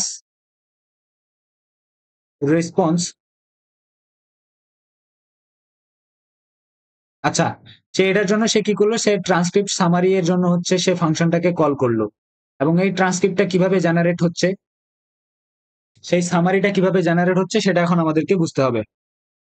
এইখানে আমরা দেখি সামারি প্লম টেমপ্লেটের সাথে যে এলএলএম মডেলটা আছে, এটাকে আমি এখানে পাইপলাইনিং করার পর কিন্তু ইনভক ফাংশনটাকে কল করছি। তার মানে এই যে ট্রান্সক্রিপ্ট টেক্সট এর ভিতরে যে আমি আমাদের ট্রান্সক্রিপ্ট টেক্সট নামে যে আমাদের মেইন কথা হচ্ছে আমাদের যে ট্রান্সক্রিপ্টটা আছে, সেটাকে এখন আমি এই যে ভেরিয়েবলটা বা এই যে কিটা এটার মাধ্যমে যে পাঠাচ্ছি, এটা তাহলে রিসিভ হবে কোথায়, এটা আসলে এইখানে আসতেছে উপরের দিকে। যদি আমি যাই কত নাম্বার, এই যে প্রম টেমপ্লেট এখানে আসতেছে, এই যে ওএস এনভায়রনমেন্ট এখানে কিন্তু আমাদের কিটা দেওয়া হয়েছে। এই যে ওএস ডট ইনভার্সন এই কোডটার ভিতরে কিন্তু আমাদের ওপেন এআই এর কিটা, এই যে কিটা সেখান থেকে নিয়ে আসছে, ওই কিটা এখানে দেওয়া আছে। একটু পরে আমি এটাকে ডিলিট করে দিব আমাদের কাজটা শেষ হয়ে যাওয়ার পর। এরপর কি করতে হবে, এলএলএম এর ভিতরে কিন্তু চ্যাট ওপেন এআই এর ভিতরে এই যে মডেলটার নাম, কোন মডেলটাকে আমি কল করতেছি এবং বেস ইউআরএল কোনটাকে সে হিট করবে, কারণ আমাদের ওপেন রাউটারের ভিতরেই কিন্তু এই এপিআই কি অনুযায়ী ওখানে রেসপন্স আসতেছে যেখানে হোস্ট করা আছে। এই সবগুলা ফাংশনালিটিস এখানে এই যে এলএলএম সেটআপের এখানে করে দেওয়া আছে। এখন যখনই আমরা ওই সামারাইজ বাটনে ক্লিক করতেছি, সামারাইজ বাটনে ক্লিক করলে ওখান থেকে যখনই ট্রান্সক্রিপ্টটা পাস হচ্ছে, সেই ট্রান্সক্রিপ্টটা কিন্তু এখানে আসতেছে। এবং দেখো এখানে কিন্তু বাই দ্য এন্ড একটা প্রম্পটি কিন্তু জেনারেট হচ্ছে। সেই প্রম্পটটা কিভাবে লেখা, you are a helpful study assistant, give the transcript of the lecture of or tutorial, given, বলছে given the transcript of the lecture. কোন ট্রান্সক্রিপ্টটা, যে ট্রান্সক্রিপ্টটা আমরা একটু আগে নিচে পাস করলাম, ওই ট্রান্সক্রিপ্টটা এখানে চলে আসবে। এবং ট্রান্সক্রিপ্টটা দেওয়ার পর কিভাবে লেখা আছে, please number one summarize it in bullet point, bullet point আকারে এটা সামারাইজ করো, suggest smart note, self explanatory note, headings and bullet points, এগুলাও দাও। এবং ফরম্যাটটা কি কোন আকারে, সেই ফরম্যাটটাও এখানে দেখাচ্ছে, ফরম্যাট এক্স্যাক্টলি অ্যাস, প্রথমে সামারি দিয়ে আইকন দিবে, তারপর সেরকম করে বুলেট পয়েন্ট আকারে দিবে, তারপরে স্মার্ট নোট লিখে। আমরা দেখি আমাদের রেসপন্সটা কিন্তু এরকম করে আসছে, এই যে প্রথমে সামারি দিয়ে এরকম কিছু বুলেট পয়েন্ট, তারপর স্মার্ট নোট লিখে এরকম কিছু সাব হেডিং এবং কিছু বুলেট পয়েন্ট, ওগুলো আসলে এখান থেকেই ক্রিয়েট হচ্ছে। এই বাই দ্য এন্ড এই প্রোমটাই কিন্তু কাজ করতেছে। এবং ফাইনালি সেই প্রোমটা এই যে প্রোম টেমপ্লেট নামে ফাংশনের ভিতরে এটা যাচ্ছে, গিয়ে ফাইনালি এখান থেকে কিন্তু সামারিটা রিটার্ন হচ্ছে। ওই সামারিটা আমাদের চলে আসতেছে নিচে রেসপন্স আকারে। আউটপুট কোথায় আমরা ছাড়লাম, কোথায় ইন্টারা কোশ্চেন না, এখান থেকে না, আমরা কোথা থেকে কল করছিলাম, আহ এখান থেকে। এই যে ইনভক ফাংশনের ভিতরে থেকে এখান থেকে একটা রেসপন্স আসবে। এরপর যখন রেসপন্স আসবে, সেই রেসপন্সটাকে আমি কি করতেছি, আমাদের রেসপন্সের ভিতরে সেই রেসপন্সটাকে আমি রিফাইন করতেছি, করে সেটাকে আমি একটা স্ট্রিং আকারে আউটপুট নিচ্ছি, জাস্ট একটা স্ট্রিং আকারে আমি কি করতেছি, আউটপুট নিচ্ছি। সেই আউটপুটটাকে এখন আমাদের যখনই আউটপুট আসবে, সেই আউটপুটটাকে আমাদের আগে ক্লিন করতে হবে। কারণ কি হয়, এই চ্যাট জিপিটি বা এলএলএম মডেল গুলা সুন্দর করার সুবিধার্থে অনেক বেশি পরিমাণে ইমোজি দিয়ে দেয়, বাট এই ইমোজিটা যখন থাকে, আনসারটা কেমন যেন চ্যাট জিপিটি বা অন্যান্য বট গুলার মতো হয়ে যায়, প্রফেশনাল লুক একটা দেয় না। তো সেজন্য আমি এই কাজটা করছি যে সেজন্য ইমোজি না দেয়, এটা ক্লিন করে নিছি। এখানে কিভাবে রিমুভ ইমোজিস, কোথা থেকে ইমোজি রিমুভ করবে, আমাকে আউটপুট নামে যে স্ট্রিংটা আসছে সেই স্ট্রিং এর ভিতর থেকে ইমোজি গুলাকে রিমুভ করো। রিমুভ করে ফাইনালি সেই আউটপুটটাকে আমাদের সেশনের ভিতরে রাখো। সেশন মানে কি, মেমোরি, মেমোরির ভিতরে তো আমার এই সামারিটাকে রাখতে হবে, কারণ পরবর্তীতে কোশ্চেন গুলা, এই কোশ্চেন গুলা কিন্তু সামারির উপর বেস করে দিবে। এই জন্য এটাকে ধরে রাখতে হবে তো আমাকে, এই সামারিটাকে, এই সামারির, কারণ যতগুলা নিচে চ্যাট হবে সেগুলা কিন্তু এই সামারির আঙ্গিকেই দিবে। তো এখানে আমি আউটপুটটা রাখলাম, তারপর চ্যাট হিস্ট্রির ভিতরে কিন্তু চ্যাট হিস্ট্রিটা কি হচ্ছে, রিসেট করে দিলাম, দিয়ে স্টাডি প্ল্যান্সটাকে ফলস, কারণ এখনো তো স্টাডি প্ল্যান্স জেনারেট হয় নাই। কোশ্চেন সাবমিটকেও ফলস করে দিলাম, কারণ জাস্ট সামারি আসছে, এখনো নিচের সামারি আসার আগ পর্যন্ত কিন্তু এই অপশনগুলো চালুই হয় না, স্টাডি প্ল্যান, কোশ্চেন সাবমিট এগুলো চালুই হয় না। এই জন্য এগুলাকে এখানে রিসেট করা হলো, কারণ আগেই যদি অলরেডি যদি কোনো কিছু থাকেই থাকে, সেগুলো যেন রিসেট হয়ে যাও। ডাবল চেক করতেছি এখানে। এবং ফাইনালি সবকিছু চেক করার পর আমরা সামারিটাকে প্রিন্ট করতে হবে। এখন আমার স্ক্রিনে সামারি তো আসলো ভেরিয়েবলের মধ্যে সেশনের ভিতর, সেটাকে আমার স্ক্রিনে প্রিন্ট করাইতে হবে। এজন্য আমি প্রিন্ট করানোর আগে একটা মেসেজ দিব, summary and notes generated successfully, সেটা দিব। প্রিন্ট তো এখনো হয়নি, প্রিন্ট নিচের দিকে করাবো। আর যদি এর মধ্যে কোনো এরর আসতো সামারি জেনারেট হতে, তাহলে সেই এররটাকে আমি এখানে এক্সেপশনের মাধ্যমে প্রিন্ট করাইতাম। ওকে, তো আমাদের সামারি জেনারেট করা শেষ, সেটাকে এখন আমাদের প্রিন্ট করাইতে হবে।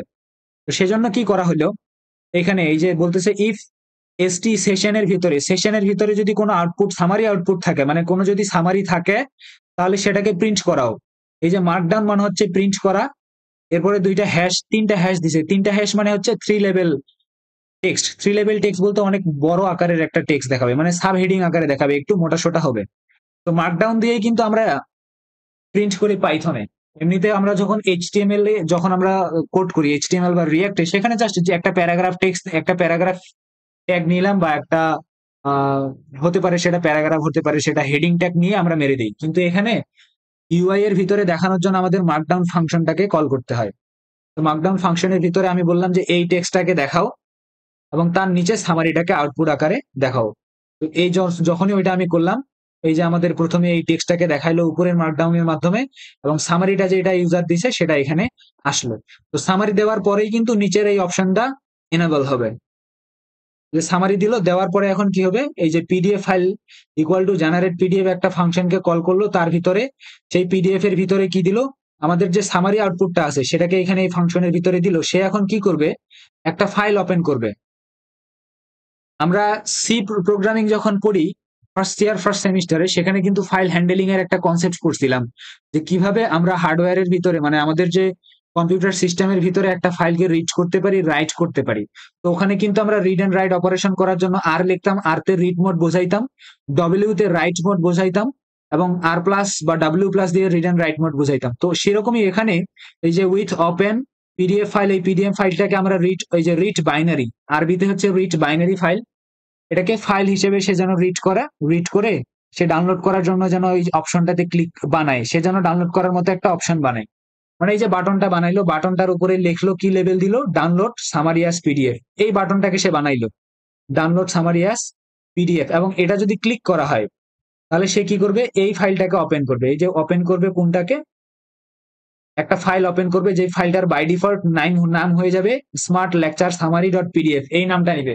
আমরা যদি সামারিটা জেনারেটের জন্য এখানে ক্লিক করি, তাহলে আমরা দেখছিলাম যে উপরে একটা যে পিডিএফটা জেনারেট হচ্ছিল সেটার একটা নাম আসছিল লেকচার সামারি পিডিএফ। আমি যদি এখানে দেখাই একটু,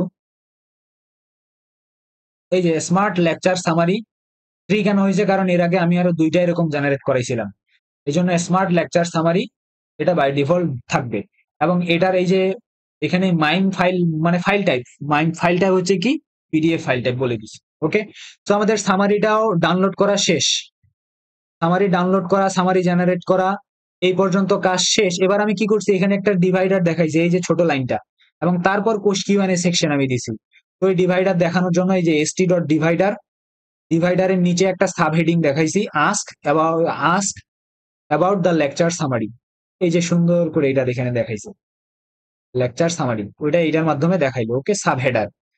এরপরের কাজ কি, আমার কোশ্চেন এন্ড সেকশনের জন্য এই যে ইনপুট বক্সটা দেওয়া, তার উপরে একটা লেভেল দেওয়া এবং এই বাটনটা দেওয়া।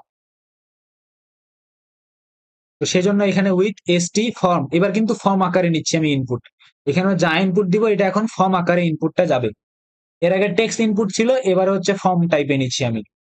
তো বললাম ফর্মের এখানে ক্লিয়ার অন সাবমিট ট্রু, এটা কি, মানে যখনই ইউজার এখানে কোনো কিছু লিখবে, দেখে যখনই এন্টার প্রেস করবে, মানে যখনই সাবমিট দিবে, তখন এখান থেকে যেন সবকিছু ক্লিয়ার হয়ে যায়, মানে নতুন করে আবার প্রশ্ন লেখার জন্য যেন জায়গা তৈরি হয়। সেটার জন্য এখানে ভিতরে একটা অ্যাট্রিবিউট লেখা হয়েছে ক্লিয়ার অন সাবমিট ট্রু। এবং এখানে নিচে দেখা যাচ্ছে এখন কি, ওইটা তো ফর্মটা আমার জেনারেট হইলো। তো ফর্মটা যখন জেনারেট হইলো, তখন এখানে কি হচ্ছে, আস্ক বলছে ask a question related the lecture summary, এই লেখাটা উপরে আসছে, ask a question related the lecture summary. ওইটা আসলে না, এই যে নিচের এটা, উপরেরটা তো আমরা সাব হেডিং এর মাধ্যমে দিছি। এটা এখানে আসলো, আসার পর এখানে নিচে একটা বাটনও তৈরি করতেছে, সেটার নাম দিছে গেট অ্যান্সার। এই বাটনে যদি কেউ ক্লিক করে তাহলে তখন আলাদা কাজ হবে। তো এই বাটনটাতে কেউ যদি ক্লিক করে অথবা এন্টার প্রেস করে, তখন কি হবে, ইফ বাটন সাবমিট, এই যে বাটনটা আছে গেট আনসার অথবা এন্টার যদি প্রেস করে কেউ, এই সাবমিট বাটনের উপর যদি কেউ ক্লিক করে, তাহলে সে কি করবে, স্ট্রাইপ করবে কাকে, এই কোশ্চেনটা, ইউজার যে কোশ্চেনটা এখানে দিল, এই যে এখানে যে ইউজার যে কোশ্চেনটা দিল। এখন এমন হতেই পারে কোনো ইউজার এখানে জাস্ট স্পেস মারছে, স্পেস লিখে জাস্ট এখানে ক্লিক করছে, তখন তো আমার এখানে ভুলভাল আনসার দেওয়া শুরু করবে। সে আসলে কি বুঝবে? তো এরকম যেন না হয় সেজন্য এখানে স্ট্রাইপ নামে একটা ফাংশন কল করা হয়েছে। এই স্ট্রাইপ ফাংশন আমরা কিন্তু অন্যান্য প্রোগ্রামিং ল্যাঙ্গুয়েজ গুলাতেও দেখি। এই স্ট্রাইপ ফাংশন আসলে কি করে, সে কেটে ফেলে বলতে কি, আমাদের এখানে যে অ্যান্সার গুলো আমরা এখানে যা যা আমরা কিছু লিখবো সেখানে মাঝখানে যতগুলা স্পেস পাবে সেই সবগুলা স্পেসকে তুলে ফেলবে। সেই স্পেসকে তুলে ফেলার পর সে ম্যাচ করতেছে যে সবগুলা স্পেসকে তুলে ফেলার পরও যে কোশ্চেন যদি কোনো কিছু থাকে, মানে সেটা যদি এটার মতো না হয়, মানে এমটি যদি না হয়, এটা কখন এই কন্ডিশনটা ট্রু হবে? ইউজার যদি এখানে শুধু স্পেস দেয়, দিয়ে যদি এন্টার মারে, তাহলে সে স্ট্রাইপ কি করবে, সবগুলো স্পেসে উধাও করে দিবে। উধাও করে দেওয়ার পর এটার সাথে ম্যাচ করবে, তখনই ম্যাচ হবে। আর যদি ম্যাচ হয় তখন আমরা এরকম দিব যে প্লিজ এন্টার আ কোশ্চেন। আপনি তো স্পেস প্রিন্ট করেছেন, কোশ্চেন প্রিন্ট করেন না, সেজন্য এই এররটা আমরা দেখাবো। আর যদি না হয়, মানে এটা কখন ফলস হবে, যদি ইউজার শুধুমাত্র হোয়াইট স্পেস না বরং সেখানে যদি কোনো কিছু লেখে, তখন এলস এর ভিতরে আসবে, এসে একটা স্পিনারকে ঘুরানো শুরু করবে। থিঙ্কিং, আমরা দেখছিলাম যখন আমরা কোন একটা কোশ্চেন করতেছিলাম, এখানে একটা স্পিনার আসতেছিল এবং থিঙ্কিং লেখা আসতেছিল, এবং থিঙ্কিং যতক্ষণে চলবে ততক্ষণ পর্যন্ত আমার আবার কোথায় যাইতে হবে, এলএলএম মডেলটাকে কিছু প্রশ্ন করে আসতে হবে। ওই কাজটাই এখন ট্রাই ব্লকের মাধ্যমে করতেছি।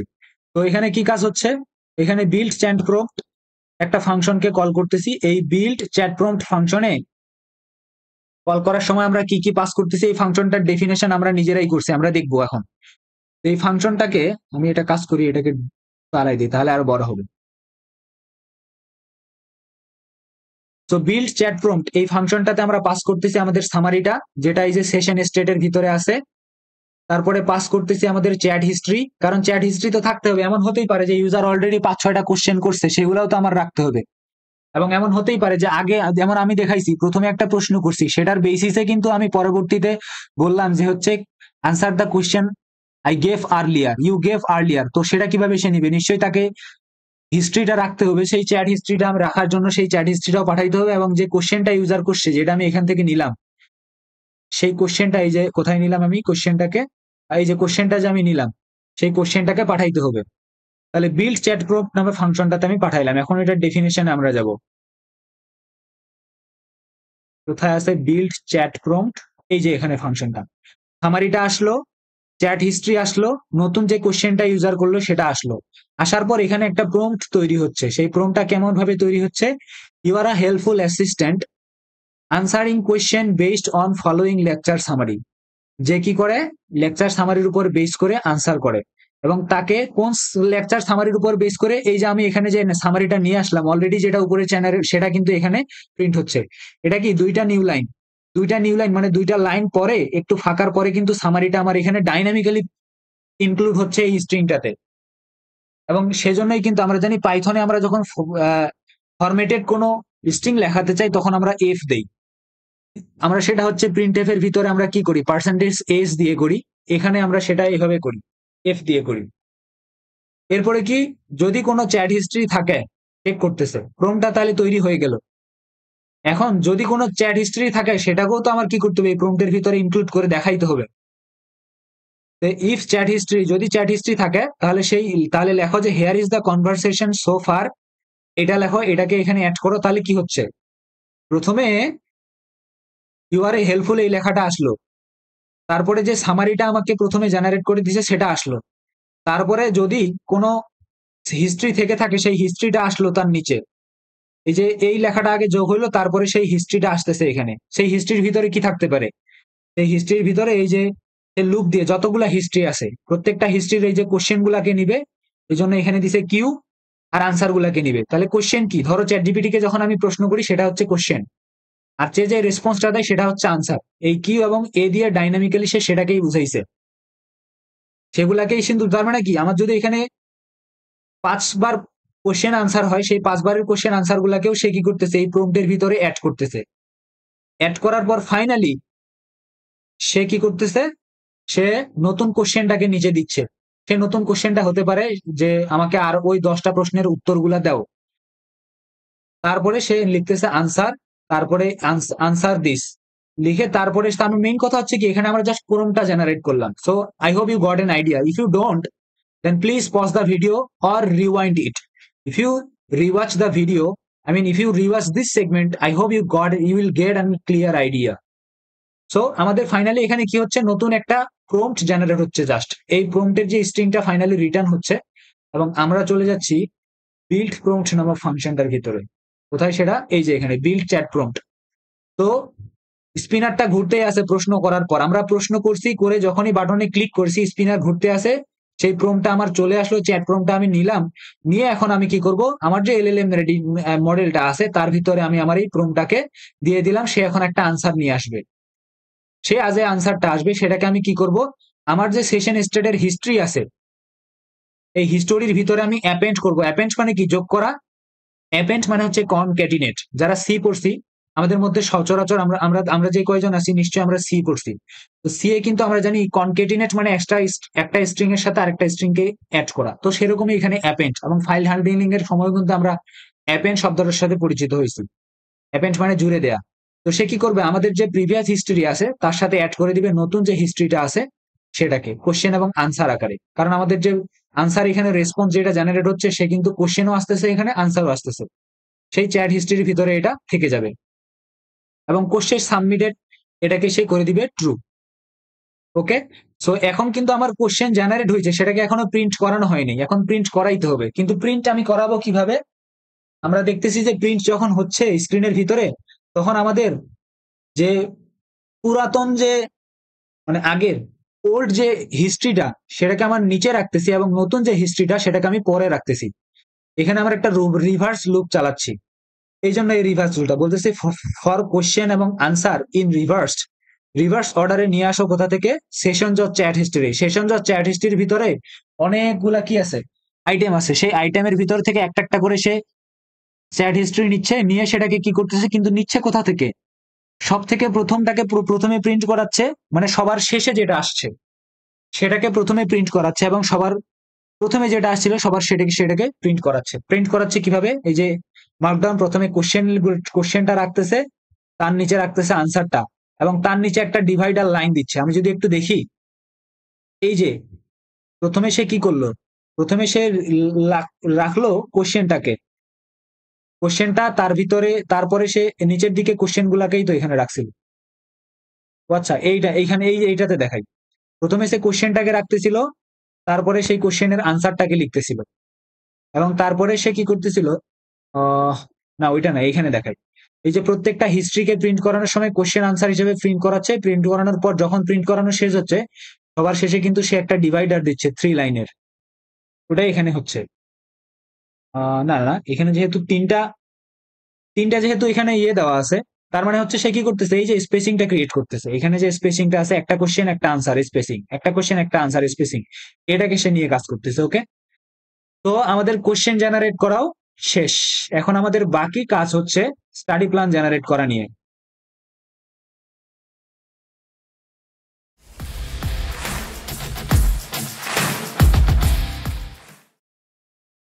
তো স্টাডি প্ল্যানের ক্ষেত্রে প্রথমেই কিন্তু স্টাডি প্ল্যানের জন্য এরকম একটা ইউআই আসতেছিল না। প্রথমে জাস্ট কি হচ্ছিল, এই কোশ্চেন গুলার নিচে এই বাটনটা আসতেছিল। কেউ যখন এই বাটনে ক্লিক করবে তখনই এরকম একটা উইন্ডো ওপেন হবে। তো আমি দেখি এরকম একটা বাটন জেনারেট করাইতে হবে, তার উপর ক্লিক করলে যেন এরকম একটা উইন্ডো জেনারেট হয়। এটার জন্য কোডটা দেখি। তো এই কোডটা শুরু হচ্ছে এইখান থেকে। সো প্রথমে দেখতেছে if not ST session state show study plan. Already যদি শো স্টাডি প্ল্যান সেশনের ভিতর কোন রকমের ভ্যালু না থাকে, তাহলে একটা বাটন ক্রিয়েট করো। এই যে ক্রিয়েট স্টাডি প্ল্যান, এই নামে একটা বাটন ক্রিয়েট করো। ক্রিয়েট করে শো স্টাডি প্ল্যানের যে ভ্যালুটা আছে সেশনের ভিতর সেটাকে ট্রু করে দাও। ওকে, তো ট্রু করালো, করার পর কি করতেছে, বলতেছে যদি এই সেশনের ভিতরে ট্রু হয়, অর্থাৎ শো স্টাডি প্ল্যানের যদি কেউ যদি স্টাডি প্ল্যান শো করতে চায়, তাহলে তো এখানে ট্রু দেওয়া আছে, তাহলে এই ইনস্ট্রাকশনটা কখন ট্রু? যেহেতু অলরেডি ট্রু দেওয়াই আছে, তাহলে যেহেতু ট্রু, তাহলে সে কি করবে, একটা ডিভাইডার ক্রিয়েট করবে। প্রথমে এই যে ডিভাইডার, এই যে এটাকে সে ক্রিয়েট করতেছে, এই ডিভাইডারটা এটা সে ক্রিয়েট করলো। তারপর সাব হেডার হিসেবে কি দিল, পার্সোনালাইজড স্টাডি প্ল্যান জেনারেটর। এই যে এটা লিখলো পার্সোনালাইজড স্টাডি প্ল্যান জেনারেটর। এবারে এক্সাম ডেটটা ইউজারের কাছ থেকে নিচ্ছে, এই যে ডেট ইনপুট নিচ্ছে, ডেট ইনপুট যখনই ডেট ইনপুট নিচ্ছে, আমরা যখন এইচটিএমএল এও ডেট লিখি, মানে ইনপুট টাইপ যখন আমরা ডেট দেই তখন কিন্তু একটা ক্যালেন্ডার চলে আসে। তো সিমিলারলি এখানেও একটা ক্যালেন্ডার আসবে, একটা আইকন দেখাচ্ছে, যখনই আমি এটাতে ক্লিক করতেছি একটা ক্যালেন্ডার টাইপের জিনিসপত্র আসতেছে। ওকে, তো সেই ক্যালেন্ডার টাইপের জিনিসপত্র মানে এক্সাম ডেটটাকে নিল। এবার আওয়ার্সটা নিতে হবে, কিন্তু আওয়ার্সটাকে আমরা কি একটা স্লাইডার আকারে দিছি। এই যে স্লাইডার, যেখানে আমরা কি করতে পারতেছি 12টা সেগমেন্টে ভাগ করে এটাকে আমরা স্লাইড করতে পারতেছি। এটার জন্য আমরা একটা এই যে স্ট্রিমলাইটের একটা ফাংশনকে কল করছি, মডিউল, যেটার নাম হচ্ছে স্লাইডার। এই স্লাইডারের ভিতরে আমরা কি দেখাচ্ছি, লেভেল দিচ্ছি, আমি কি লেভেল দিচ্ছি, how many hours can you study per day. তো এই লেভেলটা দিচ্ছি এবং তার ভিতরে বললাম 1 থেকে 12 পর্যন্ত হচ্ছে সেকশনাইজ হবে এবং বাই ডিফল্ট 3 দেওয়া থাকবে। মানে এই ডেইলি আওয়ার্স এর বাই ডিফল্ট ভ্যালু কি 3 থাকতো, এটা একটা ডিফল্ট।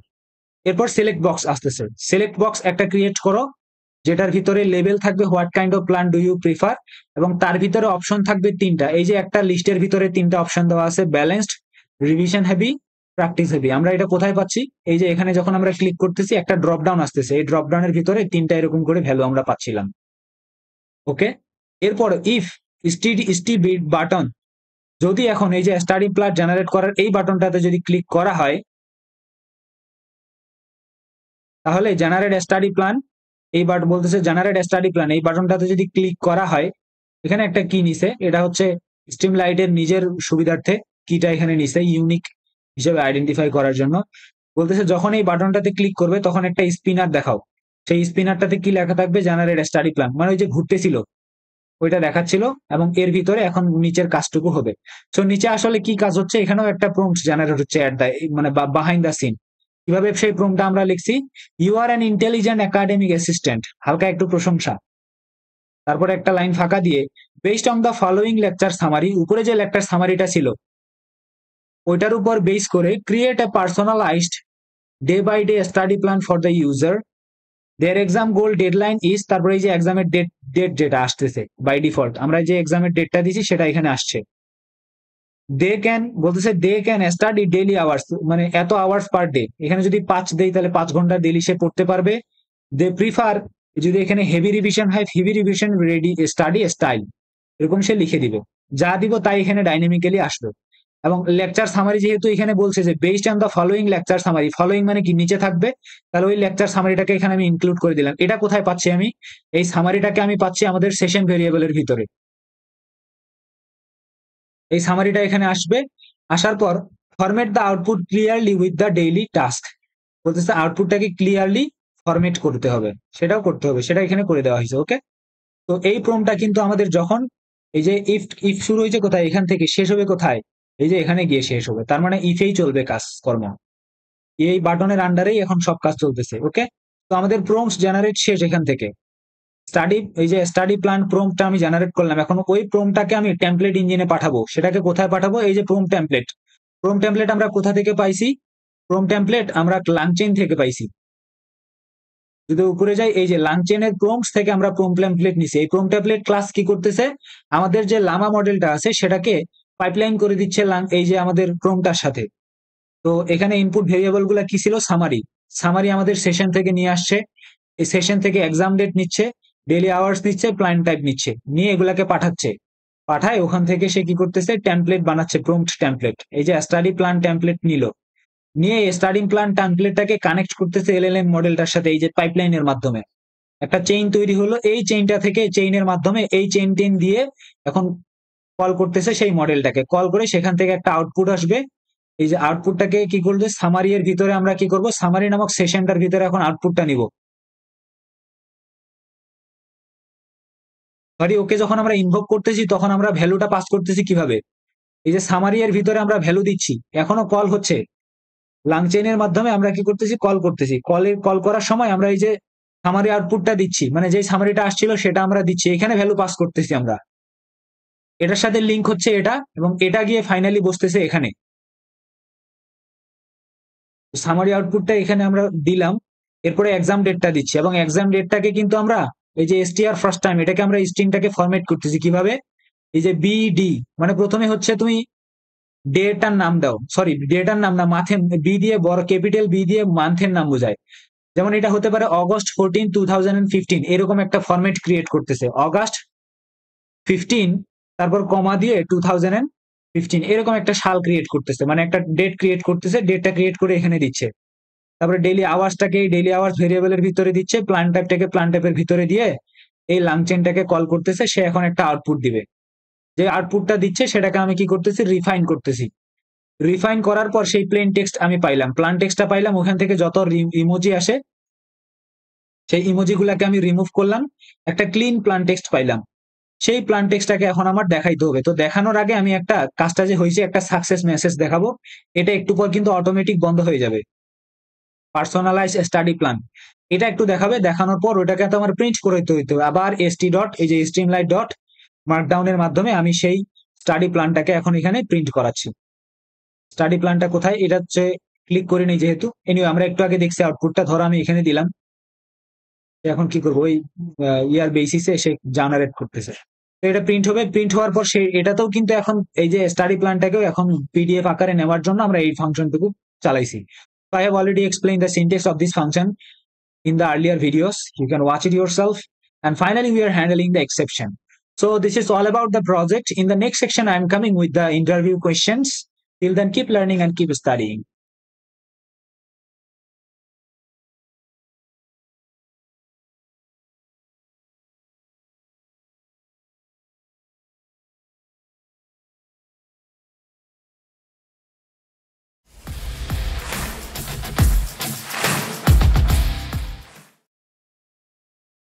আমরা অলরেডি এই জিনিসগুলো পড়ে ফেলছি, এবার নেক্সট সেকশনে যাব, সেটা হচ্ছে QnA, question and answer, viva প্রস্তুতি। ওকে, তো প্রথমেই কিছু কোশ্চেন আমরা দেখি, প্রবাবল কিছু কোশ্চেন আমি এখানে লিস্ট করছি, এগুলা এগুলা, তারপরে এখানে কিছু কোশ্চেন আছে এবং ফাইনালি এখানে কিছু কোশ্চেন আছে। তো এই কোশ্চেন গুলোর আনসার গুলো আমরা এখন দেখি। প্রথম যে প্রশ্নটা,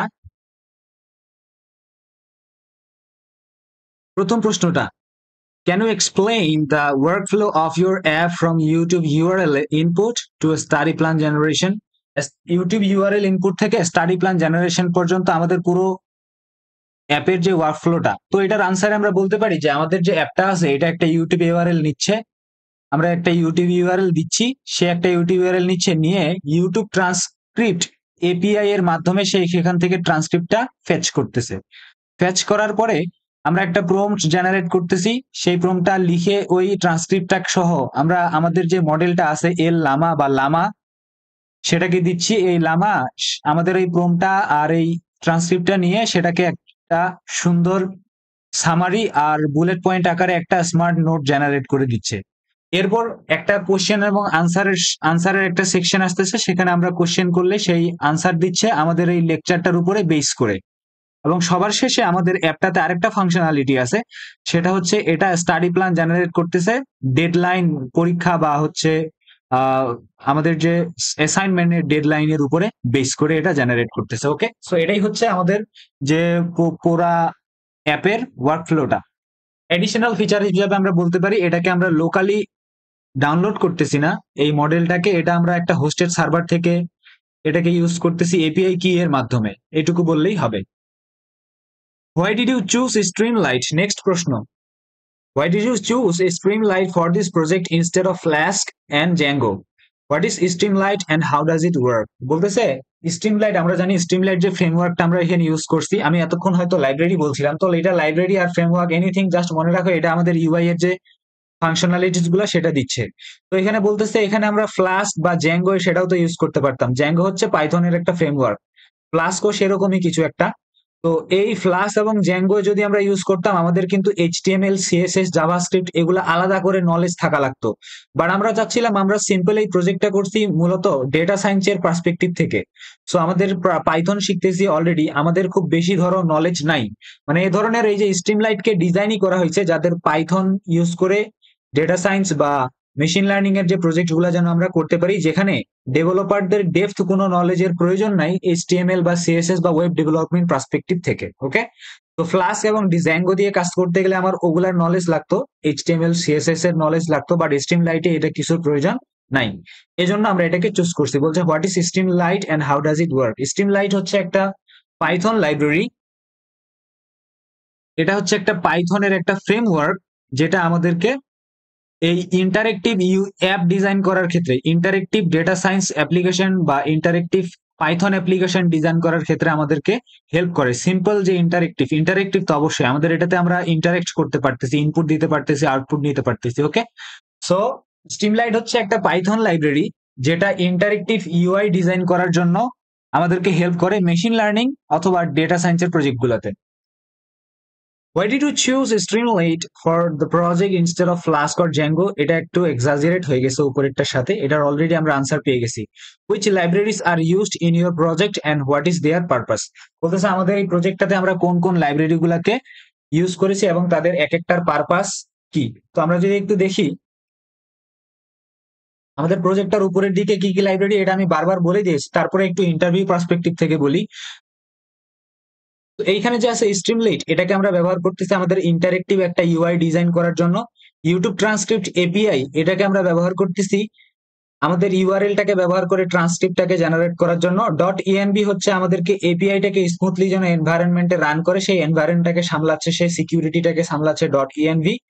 আর লাংচেইনের মধ্যে থেকে আমাদের যে প্রম্পট টেমপ্লেট আছে, এটা আমাদেরকে অ্যাকচুয়ালি ডাইনামিক্যালি প্রম্পট লেখার জন্য বা ডাইনামিক্যালি একটা প্রম্পটকে মডিফাই করার জন্য আমাদেরকে হেল্প করতেছে। আমি যদি একটু দেখাই, আমরা যে এই যে নিচে একটা প্রম্পট লিখছি এখানে, তো এই একটা স্ট্যাটিক প্রম্পটের ভিতরে আমি এইটুকু এটার মাধ্যমে কিন্তু ডাইনামিক করতে পারতেছি। তো এই প্রম্পটটাকে আমি লিখতেছি এবং এই প্রম্পটটাকে আমি প্রম্পট টেমপ্লেটটার সাথে আমি আমাদের যে এল লামা মডেলটা, সেটার সাথে আমি কমিউনিকেট করাচ্ছি লাংচেইনের মাধ্যমে, এবং সেখানে কিন্তু এই কমিউনিকেশনে হেল্প করতেছে আমাকে chat open AI. Chat open AI কি করতেছে, আমাদের যে ক্রোমটা আছে সেটার সাথে কানেক্ট করতেছে আমাদের এআই মডেলটাকে। ওকে, ওএস দিয়ে আমরা কি করতেছি এখানে, ওএস আমরা যখন পিডিএফ ডাউনলোড করতেছি আমাদের অপারেটিং সিস্টেমের হার্ডওয়্যার অ্যাক্সেস নিচ্ছে, আর এই দিয়ে রেগুলার এক্সপ্রেশন জেনারেট করতেছে, যেটা আসলে আমাদের ইউআরএলটা থেকে আমাদের আইডি এর প্যাটার্নটাকে ম্যাচ করে একটা নিয়ে আসতেছে, একটা অ্যান্সার নিয়ে আসতেছে, এবং এফপিডিএফ এর মাধ্যমে আমরা পিডিএফটাকে জেনারেট করতেছি। So this are the library we have used in our project. Next, okay, so এটা শেষ। নেক্সট প্রশ্ন হচ্ছে what is LangChain and why it is used. LangChain হচ্ছে একটা ফ্রেমওয়ার্ক যেটা ডেভেলপারদেরকে অ্যাপ্লিকেশন লার্জ ল্যাঙ্গুয়েজ মডেল নিয়ে অ্যাপ্লিকেশন বানাতে সাহায্য করে। এটা আমাদেরকে প্রম্পট লেখার জন্য একটা টুলস দেয়, যেমন আমরা উপরে দেখলাম যে প্রম্পট টেমপ্লেট, এই প্রম্পট টেমপ্লেট লেখার জন্য যে টুলস গুলা, এবং পরবর্তীতে আমরা যে প্রম্পটটাকে আমরা ডাইনামিক বানাচ্ছি সেই সুবিধাটা দিচ্ছে আমাদেরকে এই লাংচেইন। তাহলে কয়েকটা সুবিধা দিচ্ছে। একটা হচ্ছে আমরা এলএলএম মডেল গুলা নিয়ে যখন কাজ করতেছি তখন আমরা এটা নিয়ে কাজ করতে পারি, কারণ এখানে কিন্তু এলএলএম মডেল গুলা বা লার্জ ল্যাঙ্গুয়েজ মডেল যেমন চ্যাটজিপিটি, জেমিনাই, এরা কি করে চেইন, মানে একটা উপরে প্রশ্ন করছি সেটার বেসিসে একটা আনসার দিচ্ছে, আরেকটা প্রশ্ন করতেছি সেটার বেসিসে আনসার দিচ্ছে। তো এই যে চেইনিং হচ্ছে, এই ধরনের লার্জ ল্যাঙ্গুয়েজ মডেল গুলাকে নিয়ে কাজ করার সময় যে টুলস গুলার প্রয়োজন হয় সেটা আমাদেরকে লাংচেইন দেয়। এটা কিন্তু একটা ফ্রেমওয়ার্ক, এবং এই ফ্রেমওয়ার্কটা পাইথন জাভাস্ক্রিপ্ট দুইটাই সাপোর্ট করে। ওকে, তো আমরা মূলত এখানে আমাদের প্রজেক্টে লাংচেইন ইউজ করে কি করতেছি, আমরা স্ট্রাকচার করতেছি এই প্রম্পটটাকে সামারাইজেশন করার জন্য, এবং কারেক্টলি আমরা এখানে ট্রান্সক্রিপ্টটাকে নিচ্ছি, ট্রান্সক্রিপ্টটাকে আমরা সামারাইজ করতেছি, মানে আমাদের যে ট্রান্সক্রিপ্টটা আছে এটাকে কানেক্ট করতেছে আমাদের যে এআই মডেলটা আছে সেটার সাথে। এরপর কি, what does chat OpenAI do things in your project? What does chat OpenAI do in your project? আমাদের প্রজেক্টে এটা আসলে কি কাজটা করে। তো আমরা একটু আগে দেখছিলাম যে এই যে চ্যাট OpenAI সেটাও কিন্তু লাংচেইন থেকে আসছে। লাংচেইনের একটা ক্লাস হচ্ছে চ্যাট OpenAI। এটা আসলে কি করে, আমাদের যে অ্যাপ্লিকেশনটা আছে, আমাদের যে প্রম্পট যেটা আছে, আমরা বলতে পারি স্পেসিফিক্যালি আমাদের এই প্রম্পটটাকে কানেক্ট করতেছে আমাদের এআই মডেলটার সাথে।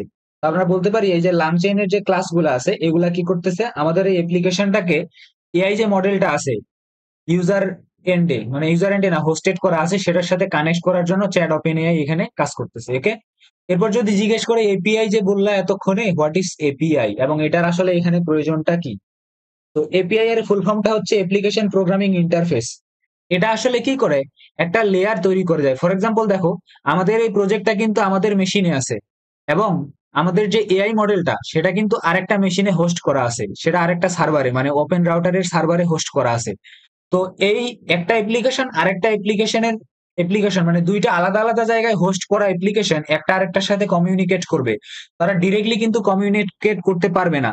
তাদেরকে কিছু সেট অফ রুল মেনে চলতে হবে। তো এইখানে এই যে এন্ড পয়েন্টের এই কাজটা করে দেয় হচ্ছে আমাদের এপিআই। এপিআই কি আমরা বলবো সিকিউরিটির একটা লেয়ার, বা আবার বলবো হচ্ছে সেট অফ রুলস, যেটা আমাদেরকে একটা এন্ড পয়েন্ট দিচ্ছে। এই এন্ড পয়েন্টটাকে আমরা কি করতেছি, এখান থেকে একটা রিকোয়েস্ট দিচ্ছি, সেই রিকোয়েস্টটা নিয়ে যাচ্ছে ওই অ্যাপে, ওই অ্যাপ আবার এই রিকোয়েস্টটা রিসিভ করতেছে, রিকোয়েস্টটাকে রিসিভ করার পরে ওই আবার হচ্ছে কিছু রেসপন্স দিচ্ছে, এপিআই সেই রেসপন্সটা এনে আমাদের অ্যাপ্লিকেশনে দিচ্ছে। এটাই হচ্ছে এপিআই এর এখানে কাজ।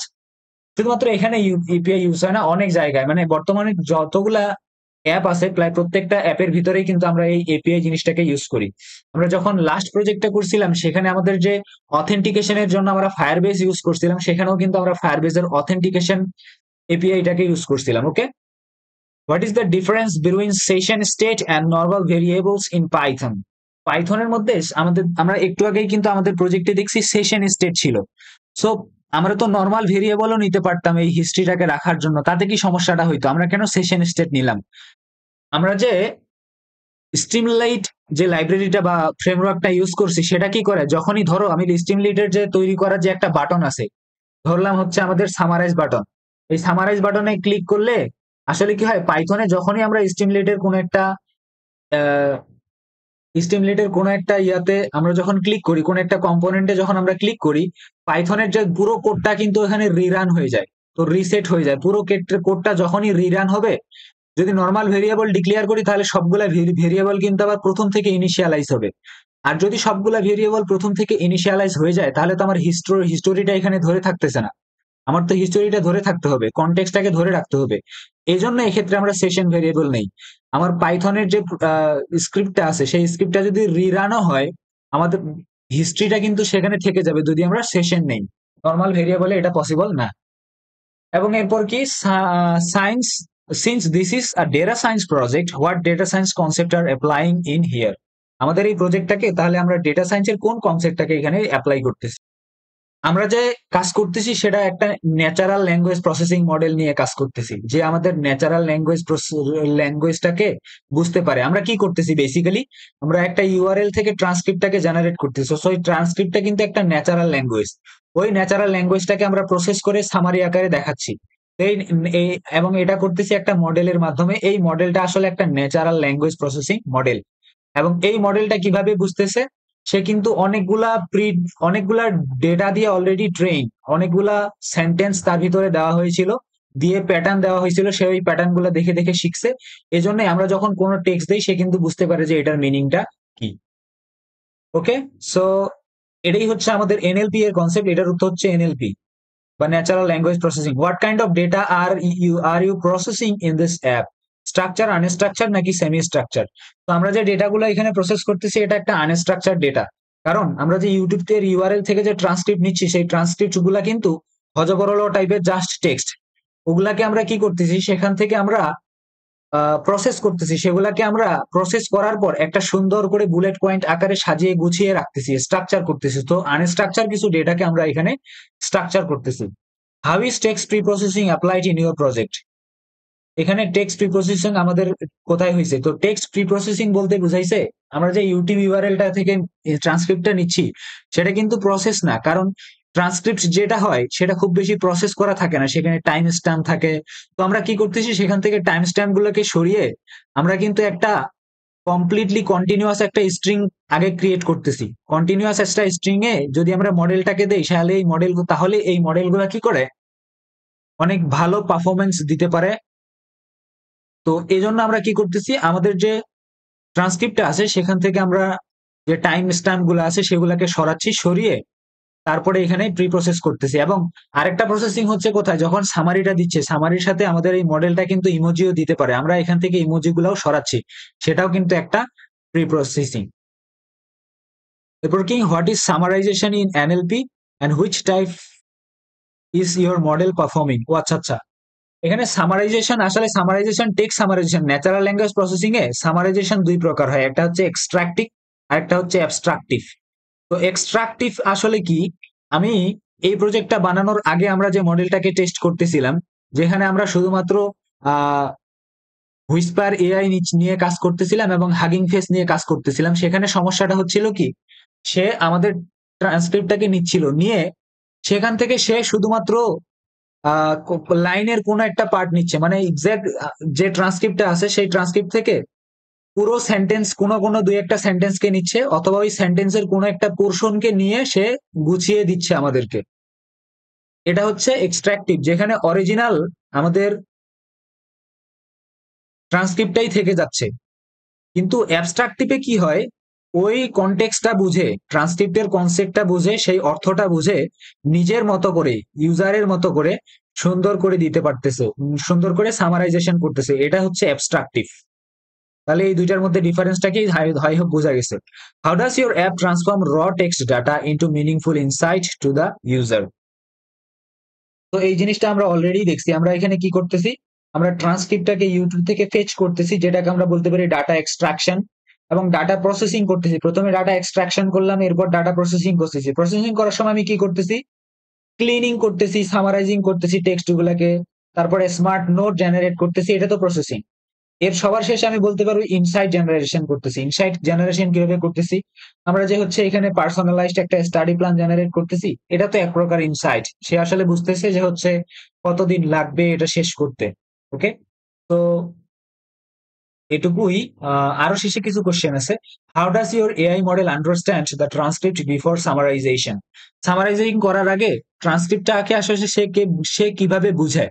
তো এটার আনসার কিন্তু আমি অলরেডি দিয়ে ফেলছি, যে এআই মডেলটাকে অলরেডি অনেকগুলো ডেটার উপর ট্রেন করা হয়েছে, এবং আমরা কিন্তু আমাদের যে প্রেজেন্টেশন দিছিলাম সেটা ট্রান্সফর্মার মডেলের উপরে ছিল। And in that presentation we have discussed how does a transformer actually understand the text or anything we ask.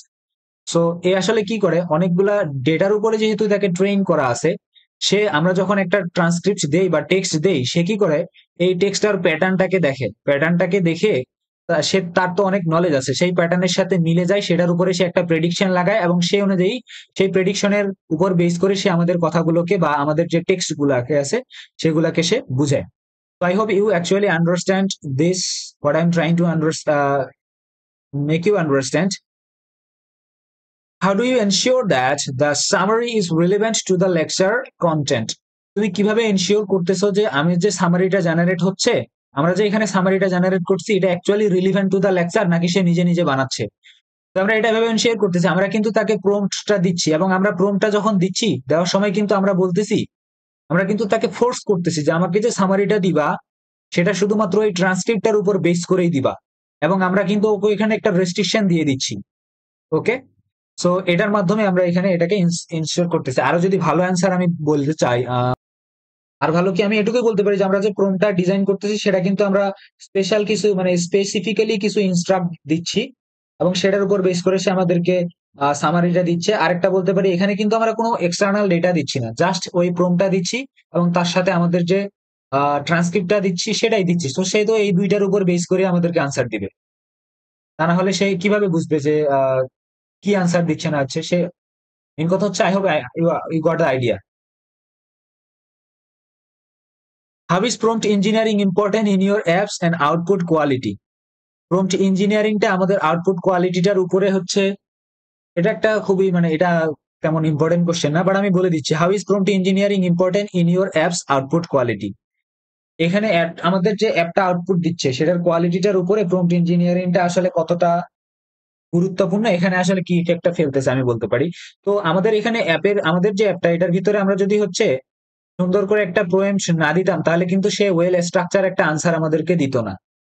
তাহলে প্রম্পট ইঞ্জিনিয়ারিং এখানে কন্ট্রোল করতেছে কিভাবে এআইটা আমাদেরকে রেসপন্স করবে, এবং একটা ওয়েল স্ট্রাকচার প্রম্পট আমরা যখন দিচ্ছি, সে কিন্তু একটা এক্সপেক্টেড ফরম্যাট এবং একটা এক্সপেক্টেড স্টাইলে আউটপুট চাচ্ছে। তো এরকমই কিন্তু আউটপুট এখানে জেনারেট হচ্ছে। যেমন আমাদের প্রজেক্টে কিন্তু সামারি গুলা বুলেট পয়েন্ট আকারে দিচ্ছে, নোট গুলা দিচ্ছে, এবং অনেক সুন্দর হিডিং দিচ্ছে, এবং আমাদের নোটটা কিন্তু সেলফ এক্সপ্লানেটরি একটা নোট, যেটা আমরা পড়লে যে কেউ হচ্ছে ওটার মিনিংটা বুঝতে পারবে, এবং ওরকম করেই প্রম্পটটা আমরা এখানে লিখছি। তারপরে স্টাডি প্ল্যানসটা জেনারেট করতেছে। তো পোয়েমটা যদি সুন্দর না হয়তো, বা আমি যদি এভাবে প্রম্পট না লিখতাম, প্রম্পট লেখাটাই তো প্রম্পট ইঞ্জিনিয়ারিং, সুন্দর করে প্রম্পট লেখাটা। তো যেহেতু আমি ভালো করে প্রম্পট লিখতেছি, এই জন্য আমাদের আউটপুটটাও সেরকম করে দিচ্ছে। এরপর ফাইনাল জিনিস, what are the limitations of the AI model used in this project? আমাদের যে প্রজেক্টে আমরা যে এআই মডেলটা ইউজ করতেছি সেটার আসলে লিমিটেশন গুলা কি কি? এই যে এআই মডেলটা আছে, এটার লিমিটেশন গুলা কি কি? কনটেক্সট লেন্থ লিমিট একটা লিমিটেশন। এটা শুধুমাত্র একটা সার্টেন নাম্বার অফ টোকেনকে সে নিতে পারে। খুব বড় ভিডিও যদি হয় 60 ঘন্টা 100 ঘন্টা, আমি যদিও দিয়ে টেস্ট করি নেই, পসিবলই হবে না, মানে অনেক বেশি পরিমাণে টোকেন হয়ে যাবে সেক্ষেত্রে। এটা একটা ঝামেলা হতে পারে। আর যদি বলা হয় আমাদের এই অ্যাপ্লিকেশনটার এখন লিমিটেশন কি, মডেলটার না, আমাদের এই অ্যাপ্লিকেশনটার লিমিটেশন হচ্ছে আমরা শুধুমাত্র ইউটিউব ইউআরএল নিয়ে এখানে কাজ করতেছি। আমরা কিন্তু এখানে ভিডিও টাইপের ডেটা, অডিও টাইপের ডেটা বা ডিরেক্টলি কোনো টেক্সট এখানে দিচ্ছি না। ডিরেক্টলি টেক্সট দিচ্ছি না এখানে যেহেতু, তো এটাও কিন্তু একটা লিমিটেশন আমাদের প্রজেক্টের। এবং এটা কিন্তু লাইভ কোনো ডেটাকে সামারাইজ করতেছে না। এমন যদি হয়তো লাইভে কোনো একটা লেকচার চলতেছে, টিচার বলতেছে, আমি ডিরেক্টলি ওটাকে ইনপুট নিতাম যদি মাইক্রোফোনের মাধ্যমে এবং প্রসেস করতাম, সেটা একটা আলাদা ব্যাপার হইতো, but this type of works are not being happen here. So এটুকুই ছিল আমাদের project. I hope the video was helpful for you people. If you really think that this video was helpful for you, please like, comment and share this video with your friend. And যারা গ্রুপমেট আসো, তাদের যদি আরো কোনো query থাকে, you can ask me.